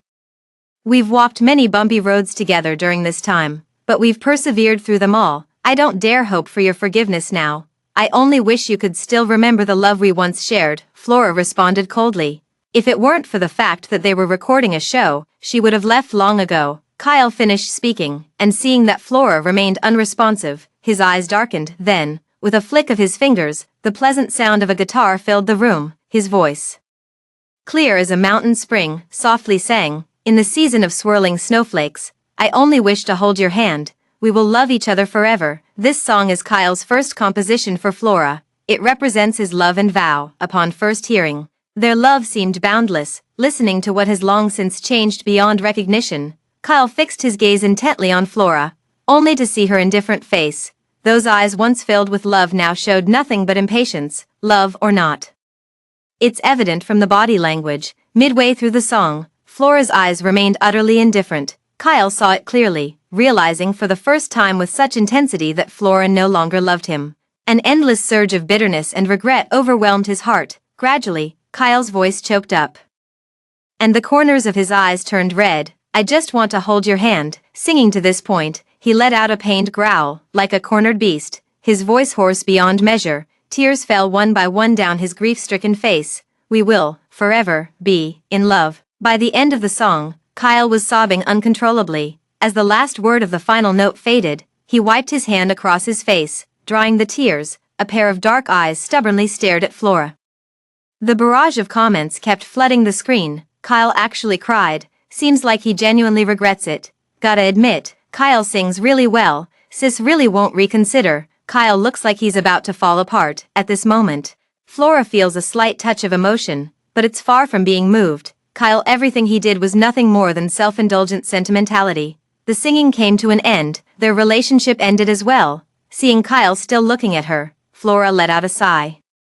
Then raised her eyes again, regaining her composure as she calmly praised, "It was beautiful." Hearing these words, Kyle was visibly stunned. He tried to steady his breathing, but the microphone kept betraying his unsettled emotions. Kyle's voice still carried the dampness of tears. "It's okay. I know you're heartbroken. I'll slowly win your heart back." His stubborn words seemed to bring them back to when they first met. Flora felt somewhat dazed, realizing Kyle still hadn't given up. She decided to sever his hopes directly. Regaining her composure, she looked straight into Kyle's eyes with an unusually calm gaze.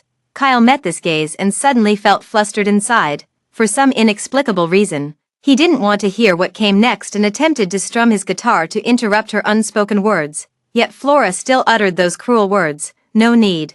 I came here this time to announce that I'm getting married. Congratulate me." The words fell like a hammer. Not only did the room freeze for a second, but even the live stream went momentarily silent. The next second, the barrage of comments went wild, flooding the screen with countless messages. "Shocking, Flora is actually getting married. Oh no, oh no. Kyle is done for. The chase to win her back has failed. Serves you right. Get lost, you scumbag." Kyle stood frozen in place, as motionless as a wooden stake. As if having exhausted these words, his fingers strumming the strings suddenly slipped, and a glaring crimson dripped down the strings. The pain pierced straight to the heart. His heart felt as if it were being twisted by a knife, each breath bringing a sharper pain. Suddenly, he collapsed to his knees, his eyes hollow and desolate, his entire being shattered and forlorn. Meanwhile, Flora had long since departed. Following the production team's instructions, she began the post-interview. The host said with some regret, "Kyle seems to genuinely realize his mistake. Is there really no possibility at all?" Flora smiled faintly. "I've said it before, it's not about right or wrong, it's just that the love is gone." "Then what message would you like to leave for Kyle?" Hearing this question, Flora pursed her lips. Her eyes filled with complexity. In the past, she would have definitely said something like, "Don't disturb me," but now, her feelings have changed. She looked up and smiled at the host, saying, "I hope he will cherish the people in front of him from now on, look forward, and stop dwelling on the past to avoid hurting those who will accompany him in the future." The post-interview concluded, Flora walked out of the building with a lightened heart, as if freed from chains. At the entrance, Isaac leaned against the Rolls-Royce, having waited for a long time. Upon seeing her emerge, his gaze burned intently as he watched her approach. Flora raised an eyebrow at his gentlemanly gesture. She took the seat in the front passenger side. Then, Isaac pulled out several agreements, looking at her with anticipation in his eyes. "Sign it." Flora hesitated, gripping the pen for a moment before looking up at Isaac and asking uncertainly, "Are you really willing to let go?" Isaac allowed a faint smile to touch the corners of his lips. Willing. There wasn't a trace of reluctance in his eyes as he yielded it in the blink of an eye. Flora smiled slightly and signed her name. Isaac put away the agreement and immediately drove to the Civil Affairs Bureau. Flora got out of the car and gazed at the imposing building of the Civil Affairs Bureau. She couldn't help but click her tongue at Isaac. "Isn't this a bit too rushed?" Did the old man agree? Isaac's eyes darkened as he took her hand and walked straight in. Her words were full of reassurance. "Don't worry, the old man can't control me." The paperwork was quickly completed. It wasn't until the marriage certificate was stamped that Flora realized she had gotten married again, and to both brothers, this could make for a whole novel if told. The two walked out of the Civil Affairs office building side by side. From now on, they were legally married. Isaac had waited 10 years for this person, and finally, at this moment, he had them completely. After leaving the Civil Affairs office, Isaac said he would take Flora to the Liu residence. The car was driving steadily. Isaac's expression faintly carried a hint of joy, and the previously oppressive aura had dissipated somewhat. Flora smiled gently, appearing genuinely happy. The car sped back to the Liu residence. Kyle was the first to step out of the car. Exiting from the driver's side, and opened the passenger door, he extended his hand, signaling Flora to take it. His demeanor appearing somewhat impatient, Flora found it amusing but still placed her hand in his. The two walked arm in arm, their atmosphere sweet.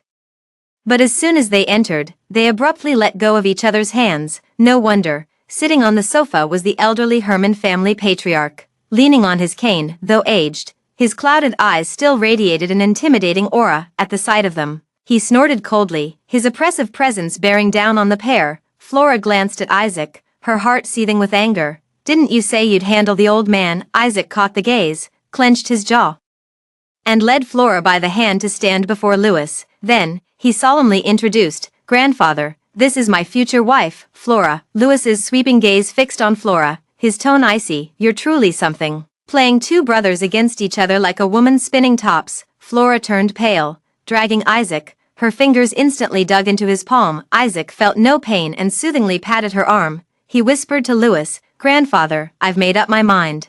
I'll marry no one but her." "I beg for your blessing," Louis sighed, looking utterly disappointed. "What kind of love potion has she given you? Two brothers, one after another. You're both in this wretched state. Kyle is now in a life-or-death situation, don't you know?" Isaac fell silent for a moment before speaking again with unwavering determination. 5 years ago. Because of him, I lost Flora. 5 years later, must I lose the person I love most because of him again? He's an adult now. Since he's done it, he must face the consequences. Louis fiercely raised his cane and slammed it onto the ground with a loud bang. "If you insist on being with her, then you can forget about being the head of the Liu family." The old man delivered his ultimatum. Flora listened on the side, her heart skipping a beat. She didn't want Isaac to fall out with his family because of her. Thinking this, she whispered, "Don't be angry with the old man. Maybe I should leave first, so you two can talk properly." As she spoke, Flora tried to pull her hand away. Isaac stood firmly in place, gripping her hand tightly, unmoving. Seeing that it was impossible to free herself, Flora also gave up. At that moment, Isaac's voice came from above, "Grandfather, the Liu family is mine now. You can't interfere." 5 years had passed.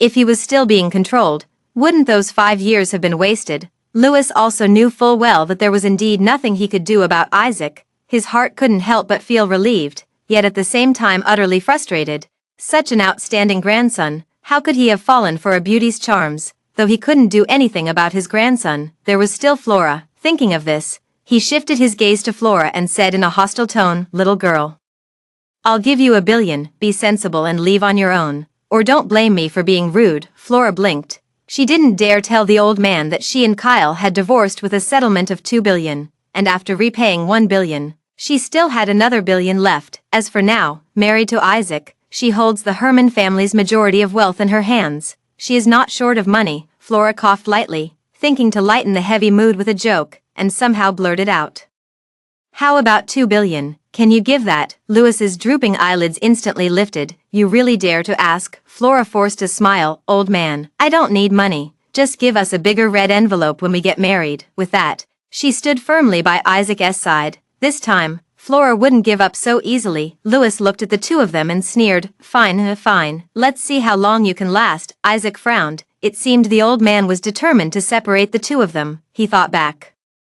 The hospital's recent physical exams confirmed the old man was in good health, and his blood pressure medication was all accounted for. Then he dropped 2 bombshells. "Grandpa, we've already gotten married, and Flora is pregnant with my child. What did you say?" Louis abruptly stood up. He felt both angry and delighted. What angered him was Isaac getting married without even discussing it first. What pleased him was that their old Herman family would finally have descendants. Under the intertwining of these two complex emotions, Louis's face looked utterly peculiar. After a long while, he finally let out a deep sigh. Enough, enough. This old man truly can't understand the world of young people anymore. With that, he rose with the support of his cane. Isaac reached out as if to assist, only to be met with a glare from the old man. "I don't need your help." With that, he leaned on his cane and returned to his room. Flora and Isaac exchanged glances, both looking somewhat surprised. They hadn't expected to get off so easily. Immersive Translate. 6 months later, the official release. By this time, Flora was 8 months pregnant and unable to participate. With the movie's massive success, Flora received widespread acclaim for her outstanding performance in the role. She was also voted by netizens as the best cold concubine of the year. Meanwhile, the once popular The Legend of Liang Yu has faded into obscurity. Many people still feel regret for this movie. Meanwhile, Kyle's company, due to his own poor decision-making, dropped from the top 3 in the industry to the top 20, with assets continuously shrinking. These flora were all seen in the reports from Galaxy Corporation. That time was the only occasion in 8 months when Kyle returned to the old mansion. At that time, Isaac was supporting Flora, who was holding her belly with one hand, slowly strolling in the garden. Kyle stopped in his tracks as soon as he entered. A pair of eyes stared fixedly at Flora's belly. The gaze was so intense that it made Flora frown slightly. Isaac's eyes flashed with displeasure as he looked up and frowned, saying, "Kyle, this is your sister-in-law." The words were full of warning. Kyle suddenly snapped back to reality and looked at Flora again, his eyes remarkably calm. He even softly offered congratulations. "Congratulations, the child will be born soon." Flora relaxed her expression slightly. Who would have thought that after half a year, Kyle had become much more even-tempered? After finishing the meal, Isaac called Kyle into the study. After talking for a long time, Kyle finally came out with a gloomy face. Seeing Flora in the living room, his expression brightened, and he took out a jade pendant, gently handing it to Flora. "This is a little token of my affection for the child." Flora initially didn't want to accept it. But seeing his cautious demeanor, after hesitating for a moment, I reached out and took it. Kyle let out a sigh of relief and forced a weak smile. After exchanging a few words, the atmosphere became awkward. Kyle noticed it, his eyes dimmed, and he stood up to leave. Once inseparable, the couple now feels strangely distant. As he turned to leave, Kyle's eyes suddenly reddened at the corners. Countless nights he tossed and turned, his heart filled with regret, but his wife would never return. If only none of this had happened, then he would still have a wonderful family, perhaps even a lovely child, but unfortunately, there are no ifs. What's lost will never return. Flora watched his desolate figure step by step walk out the door. Her heart sighed silently. "Kyle, if you can't let go, every holiday will be unbearably awkward." At this moment, a jealous voice came from behind Isaac's. "They're already far gone." Still staring, Flora, holding her belly, turned around to see Isaac leaning against the wall, eyeing her with a jealous gaze. Flora sighed helplessly. "That's all in the past between us." Still jealous, Isaac curved his lips into a smile, stepped forward to embrace her, and brought his handsome face close until their noses touched. "Of course, I'll make sure you have a past. From now on, you're not allowed to look at him anymore." Flora felt her face grow warm. "He's your brother. How could I possibly not look at him?"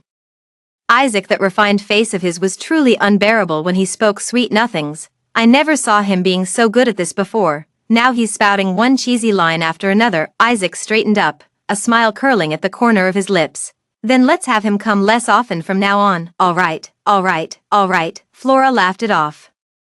Some time passed again. The court sent news that Julia was sentenced to 10 years. Most others received severe sentences as well. Upon hearing this news, Flora paused for a moment, then stopped inquiring further. Time passes quickly, in the blink of an eye. The day of delivery is approaching. Isaac is deeply protective of his wife and arranges for Flora to be admitted to a private hospital. Inside the hospital room, the continuous click-clack sound of keyboard typing can be heard. Flora lay on the bed, utterly annoyed. Just as the keyboard clatter sounded again, she abruptly raised her head and threw a pillow. "So damn noisy." The pillow flew true, hitting Isaac squarely on the head. Isaac merely smoothed his tousled hair and carried his laptop into the soundproof room. It's normal for pregnant women to have mood swings. As a man, you should be patient. After saying this to himself, Isaac stopped typing and instead began assigning tasks to the executives in the video. Next, the executives who witnessed the entire scene, they looked horrified. The usually cold, terrifying, and stern big boss turned out to be a henpecked husband. As a result, the meeting kept going on and on. The big boss had to step out to check every now and then. And after the third time, he simply didn't return. Just as everyone was puzzled, the secretary in the video suddenly spoke up. "The boss's wife is going into labor. This meeting is adjourned." Immersive translate, the delivery room. Flora endured waves of painful contractions and couldn't help but curse. "Isaac, you damn bastard. I'm gonna die from this pain." Outside the door, Isaac stood stiffly. Hearing the curse, he couldn't help but press against the door crack, trying to catch a glimpse of Flora inside. Alas, nothing could be seen at all. Only the sound of incessant cursing could be heard. Isaac was overwhelmed by endless panic in his heart.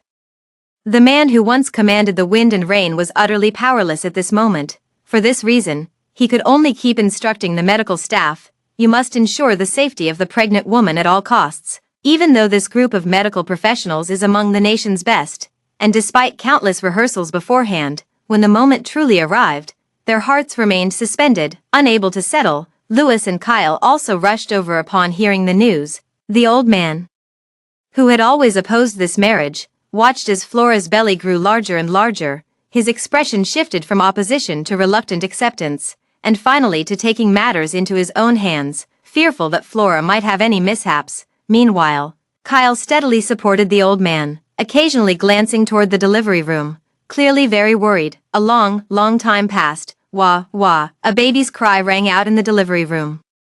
The three men waiting outside finally let out half a sigh of relief. After a while, a nurse came out with the baby to congratulate them. Congratulations, it's a boy, weighing 6 pounds and 8 ounces. Louis beamed with joy. Unable to take his eyes off his great-grandson, Isaac took a glance and immediately asked, "How's my wife?" The nurse reassured him with a smile. "She's fine, she'll be out soon." Isaac finally felt relieved. When Flora was wheeled out, she was clean and fresh, having been carefully wiped down. As soon as she stepped out, Flora was met with 3 faces crowding close. "Darling, you've worked hard. Are you hungry? Would you like something to eat? Granddaughter-in-law, how are you? Are you okay, Flora?" Flora had a headache from the noise. She closed her eyes to avoid looking at them and shouted, "Stop arguing." The 3 men immediately fell silent. Flora let out a sigh of relief. Finally, she could get some rest. Another 6 months passed.